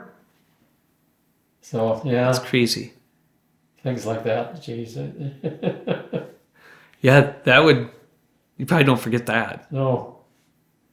But they talk about Vietnam and everything. The first thing that hit me was culture shock. Because when we got there, I was thirsty, looking for some water, and I asked somebody, and he pointed to there was a tree, and there's a canvas bag hanging there, and it said stenciled potable water. So then I thought, well, that must be the water. You'd think so. No plumbing, no electricity. All of a sudden, you go from the most advanced country in the world to one of the least advanced in the world. It seems like we end up at those places. And it reminded me, I thought, God, we're back in the Stone Age here. Especially then you go out to the villages out there, and this was like the Native Americans again. It was the tribal elders that there's no democracy. They don't need democracy. They wouldn't know it from man in the moon anyway. No. Well, why are we trying to shove democracy down these people's throats? Yeah, because it means nothing to them. It's the tribal elders. They ran the show. And I'm assuming it'd be just like owning something. Yeah. And that kind of stuff where it doesn't. Yeah. And they did Doesn't mean anything. Like I said, I felt sorry for him in the beginning until, boy, NBA were using them against us, Yeah. including the youth, because you get back to the world, as it was called, and back to Oakland, then when we got rotated out and everything. And what was my line of thought? Now I forgot. Oh, yeah. Especially, this was hard on 19-year-olds. And there are people protesting us. I can't Calling us imagine cowards, and baby killers, and all this kind of thing. And why didn't you go to Canada? And why did you burn your draft card? And I thought, God, we were just over here a few days ago trying to fight for the country, so to speak, and then you got to put up with this. That was tough for 19-year-olds. I think that'd be tough for anyone, but yeah, I can't imagine that. In fact, cannot imagine. Some told us, when we got back, and showered up and all that, and got our dress uniforms, don't wear them. You'll get spit on. You may get beat up. I thought, God, has it come down to that? Is that bad? Geez. I mean, we didn't ask for this. We got sent over. No, yeah, you were drafted. Geez, there was no support there. Of course, Oakland was kind of a hotbed for that anyway. But I thought, I'm wearing mine. I've earned it. Plus, for the flight home, I can get you get a discount if you're in uniform. Airlines will give you that. So I wore mine, and there was nothing when I got back to Minneapolis. Once you hit Minneapolis, was it really a big deal anymore? No. The only big deal was, I had, you had your ribbons and that kind of stuff that you got at that time. And so went through a metal detector, and of course I set that off. And then just said, you've earned it. Yeah. Well, that was nice. That was it. There was no hassle or anything with anything. So. Yeah. So that part was good. But another thing that bothered me when I got back to Ortonville here, I'd see some, friends or people that knew me on the sidewalk, and first question was, where you been? Haven't seen you. Oh. For a while. Yeah, that's... So then I'd tell them, well, I just got back from Vietnam. Geez, I kind of do this, Geez, I didn't know you were over there. In the back of my mind, I thought, yeah, I don't think anybody else did either. Yeah. That's not that was kind of hard. That would be hard. But, and another thing I thought, being I was a little bit older, I thought, this PTSD, that it was coming in, getting people learning more about it and all this kind of thing. And I thought, maybe I didn't have PTSD. Well, first night home, I'm in bed, my wife and I are in bed, and I thought it was fine and everything. I didn't think of anything. Got up the next morning. She said, I had trouble with you last night. And I said, well, what happened?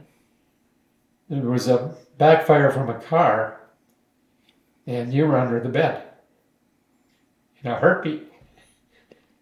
And I said, really? I don't remember anything like that.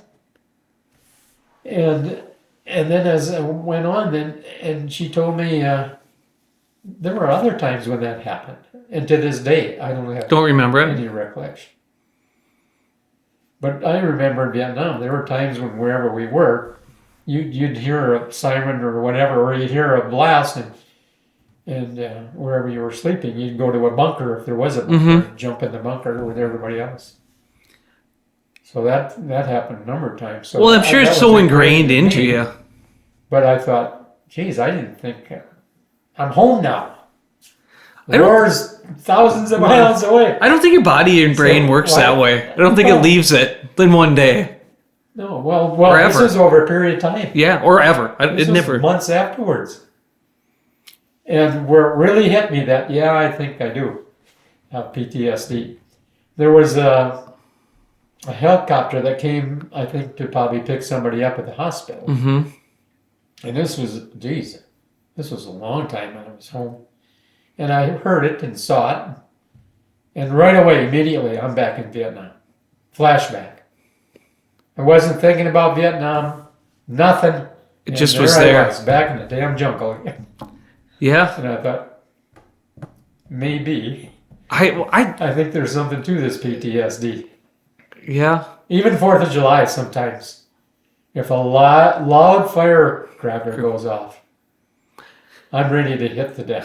Do you think it's I've caught different? myself doing that. Do you think it's different if you don't know it's coming to when you know it's coming? Like if it just catches you out of the blue? Yeah, it is. It's more of a shock. Yeah. Because I don't expect it. Yeah, if you don't see it come, if it's just a I shock didn't out of the expect blue. the other way either to that, but yeah, it's much more of a shock. And this underneath the bed, I still can't believe it today. I think it happens to everyone, and most people won't admit it. Yeah.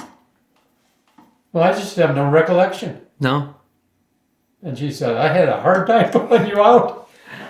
Yeah. And I thought, are you kidding me? I can't believe it. It's do you talking to other people too? Do you forget stuff that was in Vietnam too? Yeah. Yeah.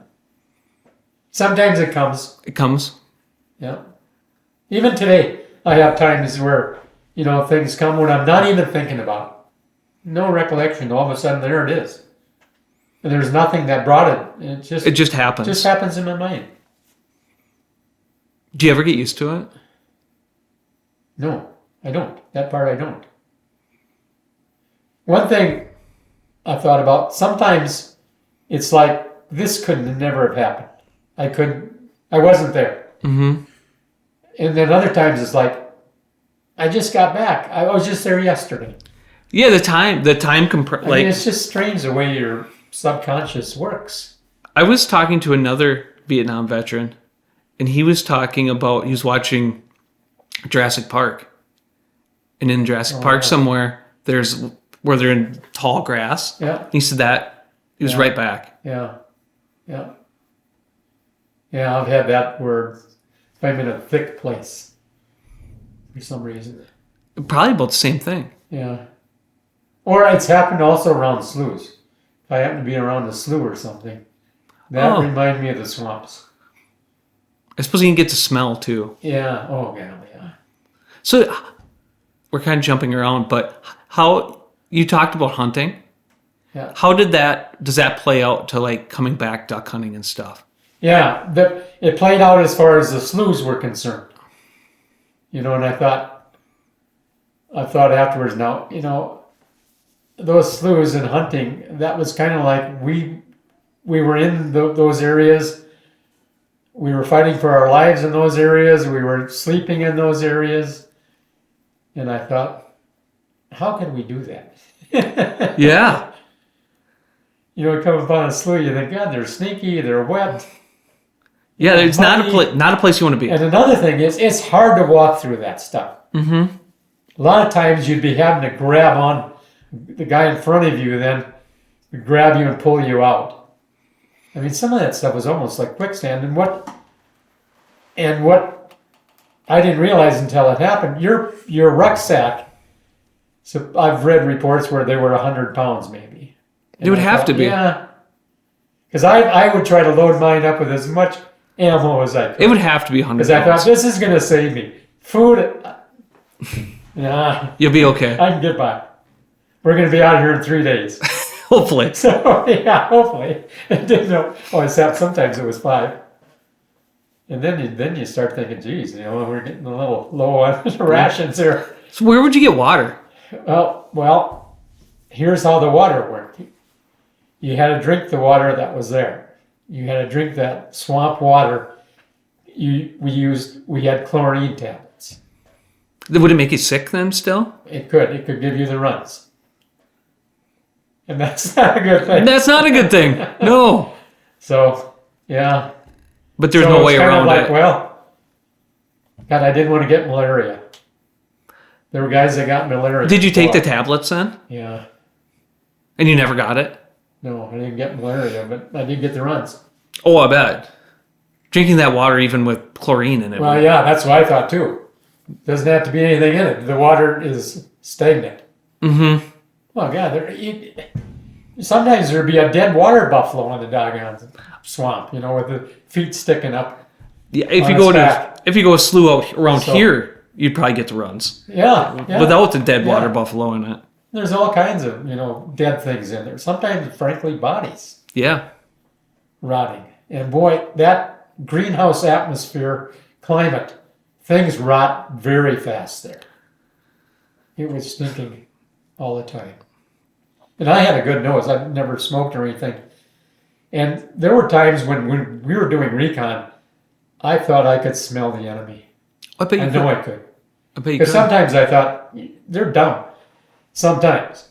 They would have, they would cook their meal sometimes. And I could smell that. It's strange the way in the jungle and the swamps, how the air currents flow and carry those smells. You could smell them, I think, from quite a ways off. And Then did you have to worry tell about- the guys, I could smell the enemy here. They stink. So did you have to They work? thought the same Yeah, thing that's what I was was. gonna say. Do you think it was the same way? Yes. Where they would smell? Yes. They'd just smell something different. Because we went on these missions, where the cat and mouse game, Yeah. we're looking for you, you're looking for us. Who do we find first? So, and because we went on, sometimes we'd go on, well, it was one of three things. It was a recon where you're supposed to avoid the enemy, so you can get information and maybe get a POW. Good luck with that. And then it was another one was anti-sniper, because they had snipers, especially in the A-Shell. God, that thing was bad. And then the other one was ambush. Oh, okay. Those three. And man, How many days do you was think it? you spent in the jungle? How many days were you in Vietnam? Do you know how many months?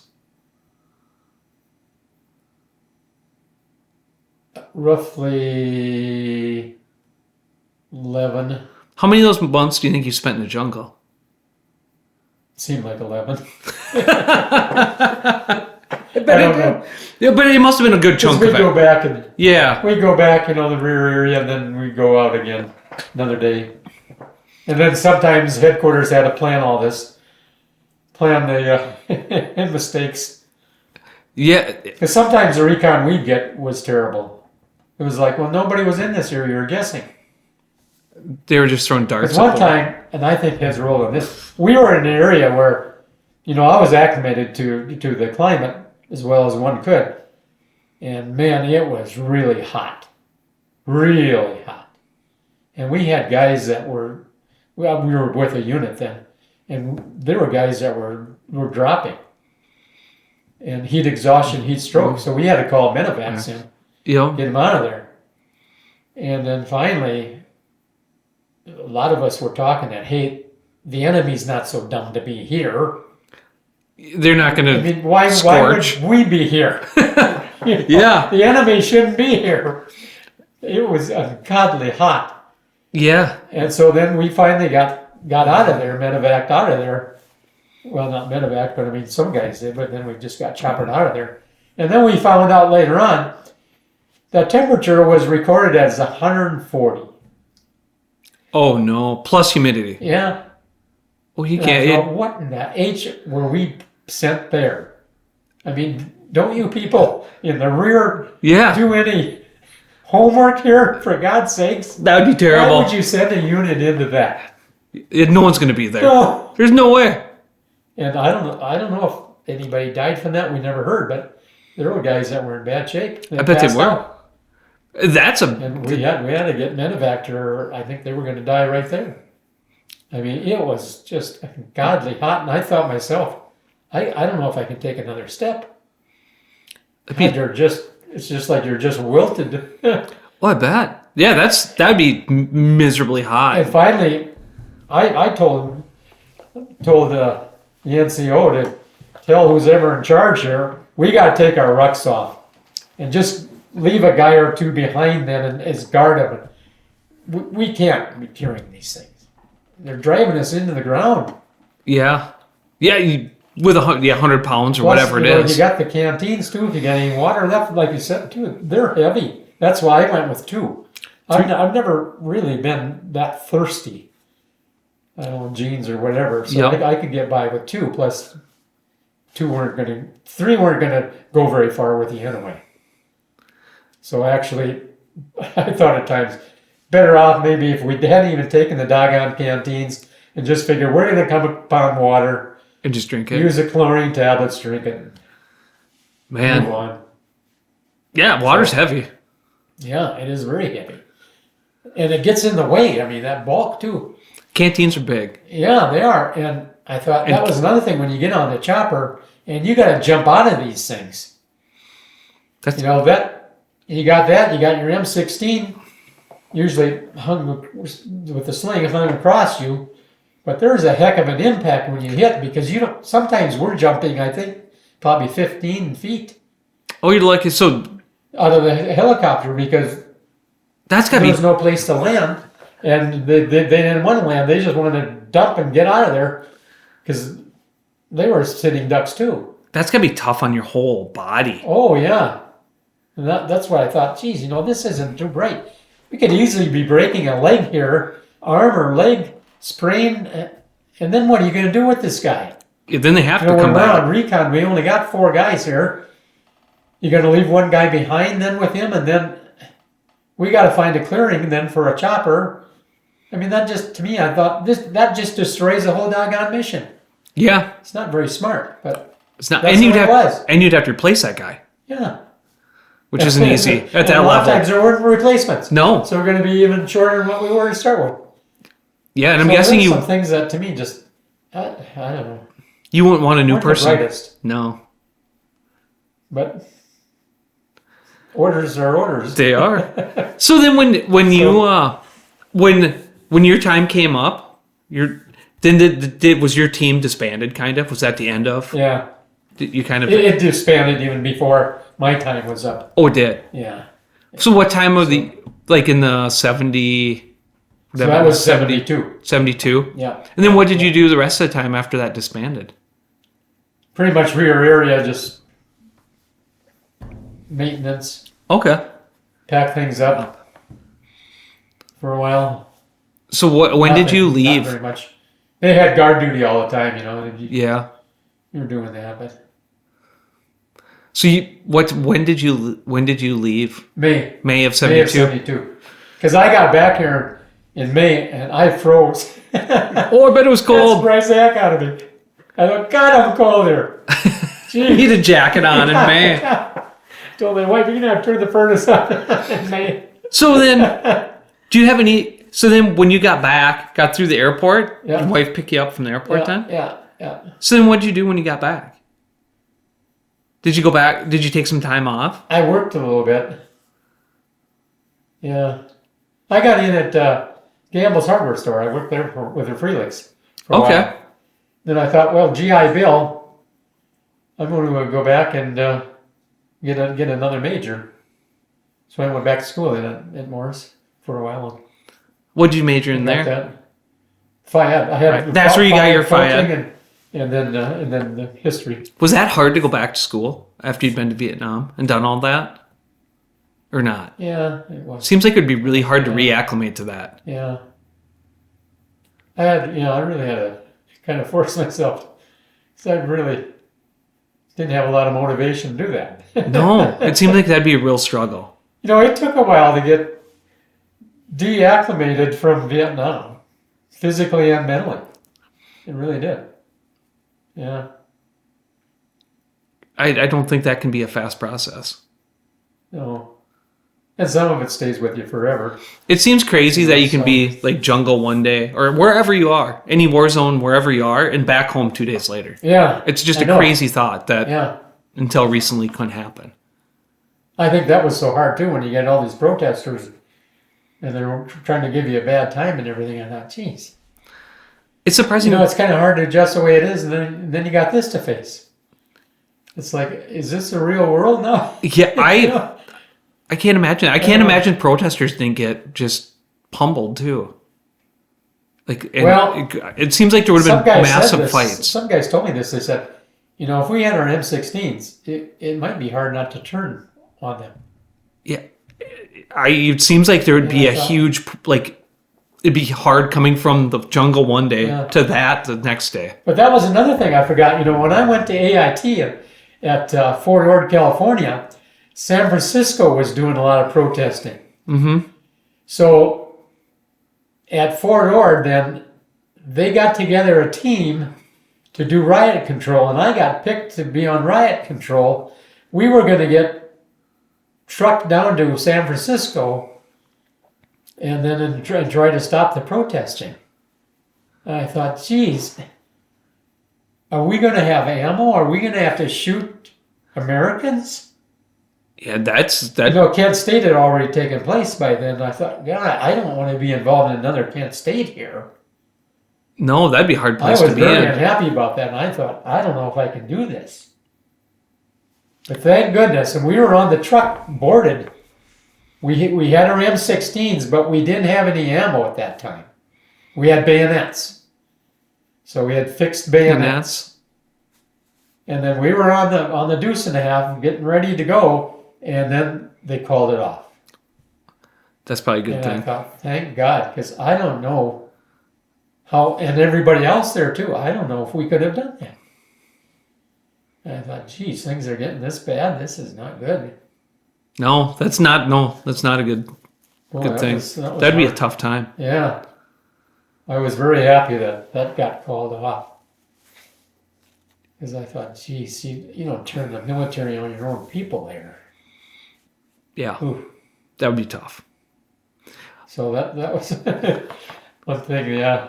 The one thing that I feel that came out of you guys getting treated so terribly was when we got home, we got treated so well. Yeah. Like, I was really you guys happy took it for the you guys. team on that one. Yeah. Because when we got home, it was like heroes. Yeah. It made it easier to come home. I can't imagine if you came home with all that and it wasn't like that. You know, speaking of that, it was just in the Independent not very long ago where they had a unit of you guys. And well, I think it was at the Army or something. With that section where you're back in time. Oh, yeah. You probably saw it too. And right away I thought, we didn't want any parades or anything, but a simple thank you would have been nice. Something to acknowledge what you did. And it's still, like I said, it still bothers me today when you get people that say, "Gee, I didn't know you were in Vietnam." People that I've known just about all my life, and I thought, well, hey, I wasn't here at broadcasting or anything like that, but just an acceptance, I guess. Yeah, I can imagine that's a hard place because most Vietnam veterans don't broadcast it. Yeah. But you still want to. Well, even this, I almost told you no, I can't do this. And it's hard. It's hard. It's really hard. And I'm assuming it brings up a lot of stuff you don't think about very often. I mean, we lost some good people. Yeah. My hope it was tough. is of hearing the stories, like it's remembered, and people like don't repeat some of the same things. Yes. Because a lot of the people now, even after 25 years of being in all the Middle East, or 20 years, or whatever it was, like now it's been, say it's 10 years, people are going to forget all those stories, and they're going to do it again. Just like the mistakes from Vietnam got made in Iraq, and then again, hopefully people see like what actually it is, for what it is. Well, there's some sayings, people who fail to learn from history are condemned to repeat it. That is a true statement. And another one is, if politicians had to fight wars, there would be no wars. There won't. And that's what I thought in Vietnam. We cannot be fighting a political war. You can't have the White House planning strategy for us in the jungle. No. And you need an end point. Yeah. Like they got to figure out what the end is going to be before it starts. That was another thing. That dawned on me just after a few firefights, because we lost some people. And I started asking guys that, I knew I wouldn't get in trouble with, but I asked them, what's the exit strategy here? Mm-hmm. And geez, they'd look at me and some would just shake their head and others would say, I don't have a clue. There isn't one. Never heard of it. Yeah. And I thought, this is not going to go. We can't be here forever And you take an area, and then we leave. And that cost us. And you paid a heavy price. Some guys paid the eternal price kind of thing. Yeah. You lose people. And then you leave it? Oh, that was not a morale booster. That'd be hard. That was very hard. That's where I got to thinking that there's got to be an exit strategy here. Yeah. You can't keep on doing this. You're going to have, next thing, the soldiers are going to start mutinying. I mean, they're going to refuse to follow orders. It's bad enough already. We've got fragging going on, that kind of stuff. And between the drugging and the lack of morale here. It's not a good combination. No. And democracy doesn't work here. They don't know what jack about democracy. They've never, ever had it.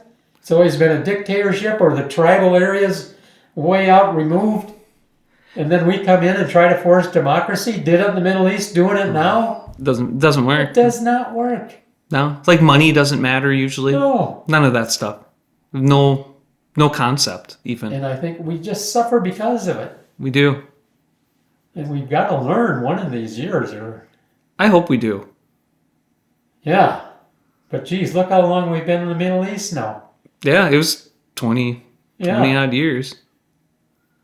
So I hope. And I've always said Middle East is never going to have peace because it goes back to Cain and Abel. Mm-hmm. Thousands of years. Started with them, and no president has ever solved it. Nope. And it's not going to happen. I don't think it will. No. I don't know how. Because they don't accept democracy. And democracy as a government unit, that is a hard government to keep in place. Whereas a dictatorship, if you control the military, the army, you're going to stay in top. Yep. It doesn't matter. Democracy is totally different ball game. Yeah, it's something that you have to really work at it. I think, by far it's the best government, but it's the hardest one to keep in place. It is. Yeah, it takes a lot of work. It takes a lot of work. A lot of devotion. Mm-hmm. And I'm not so sure. And a lot of bending. Yes. Or a lot of, not bending. It takes compromise. Compromise. That's the word I was looking. It takes a lot of compromise. You have to compromise. That's one thing that we sorely are lacking, compromise. You don't hardly hear it anymore. It's all for this party or that party. Yeah. That's not what it's all about. It's for the good of the country. Yeah. Our founding fathers, I don't know. The right and wrong. You have to be in the middle. Yeah. Got to be able to compromise. Mm-hmm. On everything. Should learn that in the grades. Yeah. Yeah. So, yeah. Yeah. What do you think helped? What do you think helped when you came back the most? Like after all that with the PTSD and just acclimating back, did you find something that helped? Like was it like if it was? No, not really. There wasn't anything. Or what made you feel better? I was married at the time, and I'll tell you right now, I can see why there's a high rate of divorce in the military. Oh, yeah. Boy, fighting in a war, being gone is one of the worst things for families. For children, for the spouse. I'm divorced. I'm sure that a good part of that's because of Vietnam. Oh, I try not to be different, but I'm sure I was. And that's hard on the spouse when you're gone for, God, for me, I was gone a year. Yeah. And came back different. Yeah. Freshly married. Yeah, I tried not to be. I think everyone does. But, like I said, the culture shock there is, man, it affects you. Plus, the whole idea, people, frankly, trying to kill you the best way they can, and you're trying to kill them the best way you can so you can get the job done. I mean... Yeah. It changes you. That alone is just... That goes against the whole human psyche. Yeah. We weren't made to kill one another. And that's really what warfare comes down to. Well, yeah, 100%. We're going to kill you the best way we can. Because if we don't, you're going to kill us. Yeah, it's going to go the opposite way. Well, jeez. It doesn't play good into the morals of the way you grow up. No. I think that's a hard part of it, is it goes against all the morals, and then you have to just live with it. Because after some of those firefights, geez, I look down my hands, I'm just shaking. Oh, yeah. And I think, my God, what's happening to me? Is this real? Yeah. And you load up body bags on a chopper, and that. Oh God, that's jeez. Yeah, it's not something you People were. that you were just talking to, just just practically shoulder to shoulder with. Yeah, that's not Oh, something you can ever geez. forget No, or be the same after. no, It's no, just not going to happen. no. To say it doesn't affect you is Lying. a lie. It's a lie. No matter what your age is, no matter, and I've always felt there is no training that can truly train you for that. The human psyche can't No. work with that. It's No. not the way we were made. Good Lord didn't make us that way, Nope. but it's the way it is. You do your best. You do your best. I did my best, but I thought, whether I survive or not, finally, it dawned on me real early that, no matter what I do, it's up to the Lord.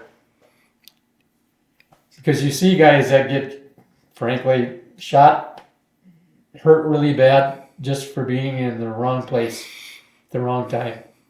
There's absolutely nothing you And can you do. think it could have happened to me just as well. Mm-hmm. And it didn't. You kind of have. So, Did you feel you kind of just have to quit caring after a while? yes. You could just get to a point where you just yes. don't care. Well, I never got to that point because I did care. Because I wanted to stay alive. Yep. I wanted to stay alive to get out of here. Because I did not like it. But, I was going to be the best soldier that I could, and Yep. try to do everything right Or if it was out of your hands. to keep my chances of surviving as high as they could. But Yep. you learn very quickly, some call it a matter of luck. And I'd like to think, well, it's a good Lord. But I don't know when my number is up. No. Didn't know that these other people that are, I'm loading up now on the chopper that are gone. You have no idea when it's that way. Yeah. And yeah, that sticks with you. And that has, you could say, a profound impact. Yeah. Yeah. It has to. Yeah. There's just no way it doesn't. That's where you go into these things. And every time I get on a chopper or whatever, go on a mission, I just tell the Lord, well, Lord, it's up to you. Yeah. And I'll do the best I can, but that's all you can the do. rest is up to you. And you try not to let it bother you, but it does. It does. And if it doesn't bother you that day, it's going to a year from now. Yeah, yeah. It bothered me the most when the firefight was over. And you could tell that, geez, you're shaking and oofta. That's a lot of adrenaline to lose, to get rid of. Right. Like it has to go somewhere. Yeah, you don't realize it in battle. I mean, you're too busy trying to stay alive and trying to win. Yeah. We have to. So yeah. You have to win. Yeah, because the alternative is No. not acceptable. They're not acceptable. Like there's only one. You have to So win. You gotta win. Yeah. You'll It's do your damnedest to win. Yeah. It's not a. That's what it comes down to. Kill or be killed is. Ugh, It's not a I've thought of game. that so many times. It's not human. It's not even animal like, but you're in the middle of it. Yeah. So Yeah. It's what not. can you do? Just keep No going. place to go. No. Absolutely no place to go. No. No. So, what did when you got home? Was there things that you enjoyed more? Like, was there some? What did you do for enjoyment? Did your things you did for enjoyment change, or was it hard to enjoy a lot for a while? It took a while. Yeah, it took a while because that was a new culture again. Yeah, It was so different than I bet it changed a lot too. the heart of the jungle and the tribal areas, and like I said, that culture shock was, oh man, that was so strong. Yeah, And it was just a night and day difference. So yeah, it kind of takes a while to reabsorb and reacclimate and all that kind of thing. Yeah. So I like just walking around a little bit. Yeah. Of course, I've always loved the outdoors. Outdoors. The outdoors is a good place to be. Yeah. Just walking a little bit. So then, did you go when you got back? Did you duck hunted, pheasant hunted when you left? Did you come back to that then? No. Never did again. I pheasant hunt, but I didn't want to kill anything. I think that's a normal thing. Because I've heard other people say that. That's the only reason I ask. It's hard. I'm that way now. Yeah, 100%. I like pheasant hunting. I could do it. I tried it a few times, but I thought, I don't want. I don't get any enjoyment out of it. And the walking's just as good. Yeah, walking is great. I have a bike. I had a bike all through school. I had an aunt and uncle from Aberdeen, and they kind of took me in a little bit too because they didn't have children. So and I was younger. My brother was a little older, and he had a bike already. So that's how I got my first bike, and boy, I kept that. Now you're back to it. So yeah, I love biking. Good exercise, and it's just peaceful. Yeah. Quiet. But walking is the same way. It is. Walking is so restful. Nature, I think, is restful. Yeah, I think nature gets you back to. Yeah. I think that's a peaceful place. Yeah. Because, the jungle was an extremely violent area. The jungle would have been violent if you wouldn't have had anything. Well, yes, I've thought of that many times. It's not a safe place if you just went there to visit. No. That's just a violent environment. I thought of that so many times. I thought, if I'm just standing here, and there's no action, whatever, and I thought, my God, you got to be so darn careful here. How am I going to see some of these snakes? Because they blend in with the environment. Green and black, some of those, and geez. And we had the GIs call them one-stepper, two-stepper when I got there. So, and we there's no medic here. There's no anti-venom or anything like that. You get bit and you're probably going to die. Yeah. That was it. You can't call in the chopper. They never get to you in time. Nope. So, and then, there are other things. There was even some areas, there were some man-eating tigers even. Really? Yeah. I've never heard of that before. Yeah, you don't have to deal with that too. And I thought, my God, geez. Some of those tigers supposedly were so big that, they carried off a GI one time. That went around. I mean, that's... I believe it. I believed it. I thought, holy cripes, we got enough stuff here. Then we got to worry about them. We're really lucky where we live here. Yes, we are. I love it here. Other than the blizzards. Yeah. And the snow and the cold. But there's nothing that's going to hurt you. Right. You can go outside for as long as you want. Yeah. You're going to be fine. I've always felt these small areas, great place to raise a family. If you can get a job that, where you can survive on it and raise your family on it. Yep. That's the drawback, but... That's a hard part. You're going to have to... But geez, you don't have to worry about people, trying to come up to you and slug you for your billfold or something, or... No, that's pretty safe. Anything. People seem to get along pretty well. I love it here. Yeah. So... Yeah, it's good. Well, but it's a great place. I think so. Yeah. I've felt that ever since I was born into it, I guess. I wouldn't move. So, no, I wouldn't either.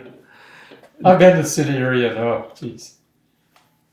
I liked it, I guess, in the beginning when I was a little younger for entertainment. Yeah, and that kind of thing, and then get out. Yeah, it's a very quick and leave kind of deal. So that's the way I am. I'm just kind of a country boy. It's a good place I to like be. the open places. Yeah. Open environment. Yeah. People are friendlier. Everyone will stop and talk to you. Yeah. Still, they'll wave you and stuff. That bothers me, when people wave to me and I don't recognize their vehicle, and I think, geez, I hope they don't think I'm stuck up. By the time I see them, they're already by, and I'm waving at them. That's a really small town kind of thing to think. Yeah, it is. I've heard that in South Dakota too, where people mention that too. Yeah, people from the city or some don't. Well, yeah, geez. You wave at people and they don't even know their neighbors a lot of times. No, I've had friends that moved away and up to the coast and whatever. Yeah, and they said when they come back, it's weird for them that people wave at them. Yeah. So there's a lot to be said for it. I think so. I think it's more healing. I think it'd be harder to go to a city. Yeah, it is. It is. I think a city would be a very hard place. That would have been a hard time, I think, for... It's kind of like you got to come back and rehabilitate. Yeah. You need peace and quiet and just freedom to move about. Yeah. Without any harm coming your way. Or worry. Yes. You don't Absolutely. have to worry about these snipers and booby traps and all that stuff. All that. Geez, you're just so tense with that in that jungle climate. Yeah. Man. And then if it wasn't for that, I thought, oh, geez, you're going to have something bite you or something. Or whatever. Of course, we it is. have leeches all the time, too. You know, you go through water and, geez, you look around and you get leeches that are stuck on you. Oh, yeah. You learn, though, to get pretty good about taking them off. I learned about the bayonet. You could just get underneath You can and pry 'em off. You know, but, Yeah, that's gross, too. oh, it was, yeah. I thought, How God, big leeches get? Oh, geez, they could get 3-4 inches. No, that's a big leech. It's not like a little one. No. Not like the ones we use for fishing. I was going to say that. That's a big leech. No, these are the big cousins. The big cousins to them. Yeah. And you wouldn't feel them right away, but you'd see them usually. Oh, geez, yeah, just... So you got any more things you want to share? Well, I feel really sorry for the guys that didn't come back for their families. That's a hard one to deal with. Yeah, I wish I could have done more. I had the thought, that I wanted to save them, but Wasn't in the couldn't cards. do it. So that I feel bad about that. And sometimes I had, when I first got back, I had a little bit of guilt complex. I think that I came back and a lot of the other guys that were probably better than me in the jungle didn't. That's hard. Yeah, that still bothers me somewhat. But I that comes. think they're poor families. That was always what bothered me. Was like the wives and the kid That's hard. and the moms and I always thought, I wish I could have done more. you can't. It's none of the cards. It's not in the cards. It's hard not to feel though that way. It is. It's impossible not. Well, not impossible, That's but it's hard another not to thing feel. It comes with you. When you come back. You don't want to, But it does. yeah. Well, Because I've thought about, I wish I could come to some of those people and tell them, I'm sorry. yeah. But No, nothing I can do. there's not. I think that's the. That's a hard part. It's the hard part. It's the hard part of living. Yes, it is. Yeah. I do think about that even now, every once in a while. It just kind of comes. There are things like we talked about that just will stick with you forever. Mm-hmm. Yeah. More of the subconscious where you're not thinking about, and all of a sudden it's there. It's there. Yeah. So yeah, war has an impact on families, big time. Oh, generations of families. Yeah. I think. Yeah. I better understand now. I think my uncles and those that served. There was a time when nobody ever talked about it. I grew up with that too, and Yeah. you kind of wondered. You wanted to ask them what it was like and what'd you do and all this kind of thing, but it just wasn't one of those things that you talked about. Do you think they talked about it between themselves? Maybe. I really don't know. It was too bad that PTSD wasn't recognized at an earlier time, It should have been. where it maybe could have helped some people. I'm glad it's at where it is now. But it doesn't help all the people Yeah. No. before. And yourself and coming home. Hopefully. Well, I had that one classmate. I walked in front of the train out here in Big Stone. Mm-hmm. I met him. I told you that before. I met him downtown, and when I got back, and he had gotten back before me, and geez, I called him by name and everything, and shook his hand. Good to see you and everything, because I knew he was in Vietnam. Wow, just zoom over the head. Good. You could tell just looking in his eyes, it just wasn't there. I felt so bad. Yeah, and that's another one. You can't do anything. No, I thought, geez, maybe I should have tried to done more. I think the hard part is in those places is that you can't. When you're in not the same boat, but when you're having problems yourself, you can't. There's nothing left to help other people. Yeah, you're right. It's the same when you're at both at the same Yeah. time of your life, there's nothing left. Yeah. There's nothing left. Yeah. Well, I really appreciate what you did. Oh, well, thank you. A Well, lot. you were there also. Yeah, and I appreciate, well, not So- that, but I appreciate what you did and what you guys set up for us to come in later. Well, I don't know. It's just, like I said, sometimes I can't believe I did it. I bet. And other times it seemed like it just happened yesterday. That's war. That's war. Boy, if it was up to me after this, there'd be no war. Period. I don't think you could come back from it and do what you did and want war again. Yeah. I don't. Yeah. That's No. You don't want to. Like I said, I don't want to kill anything. no. I think after that, your empathy grows Yeah. really big Yeah. for everything. Yeah. Once you lose friends and lose Yeah. all that, I think your empathy grows so Yeah. big that you don't. And the way that they were lost, so violent.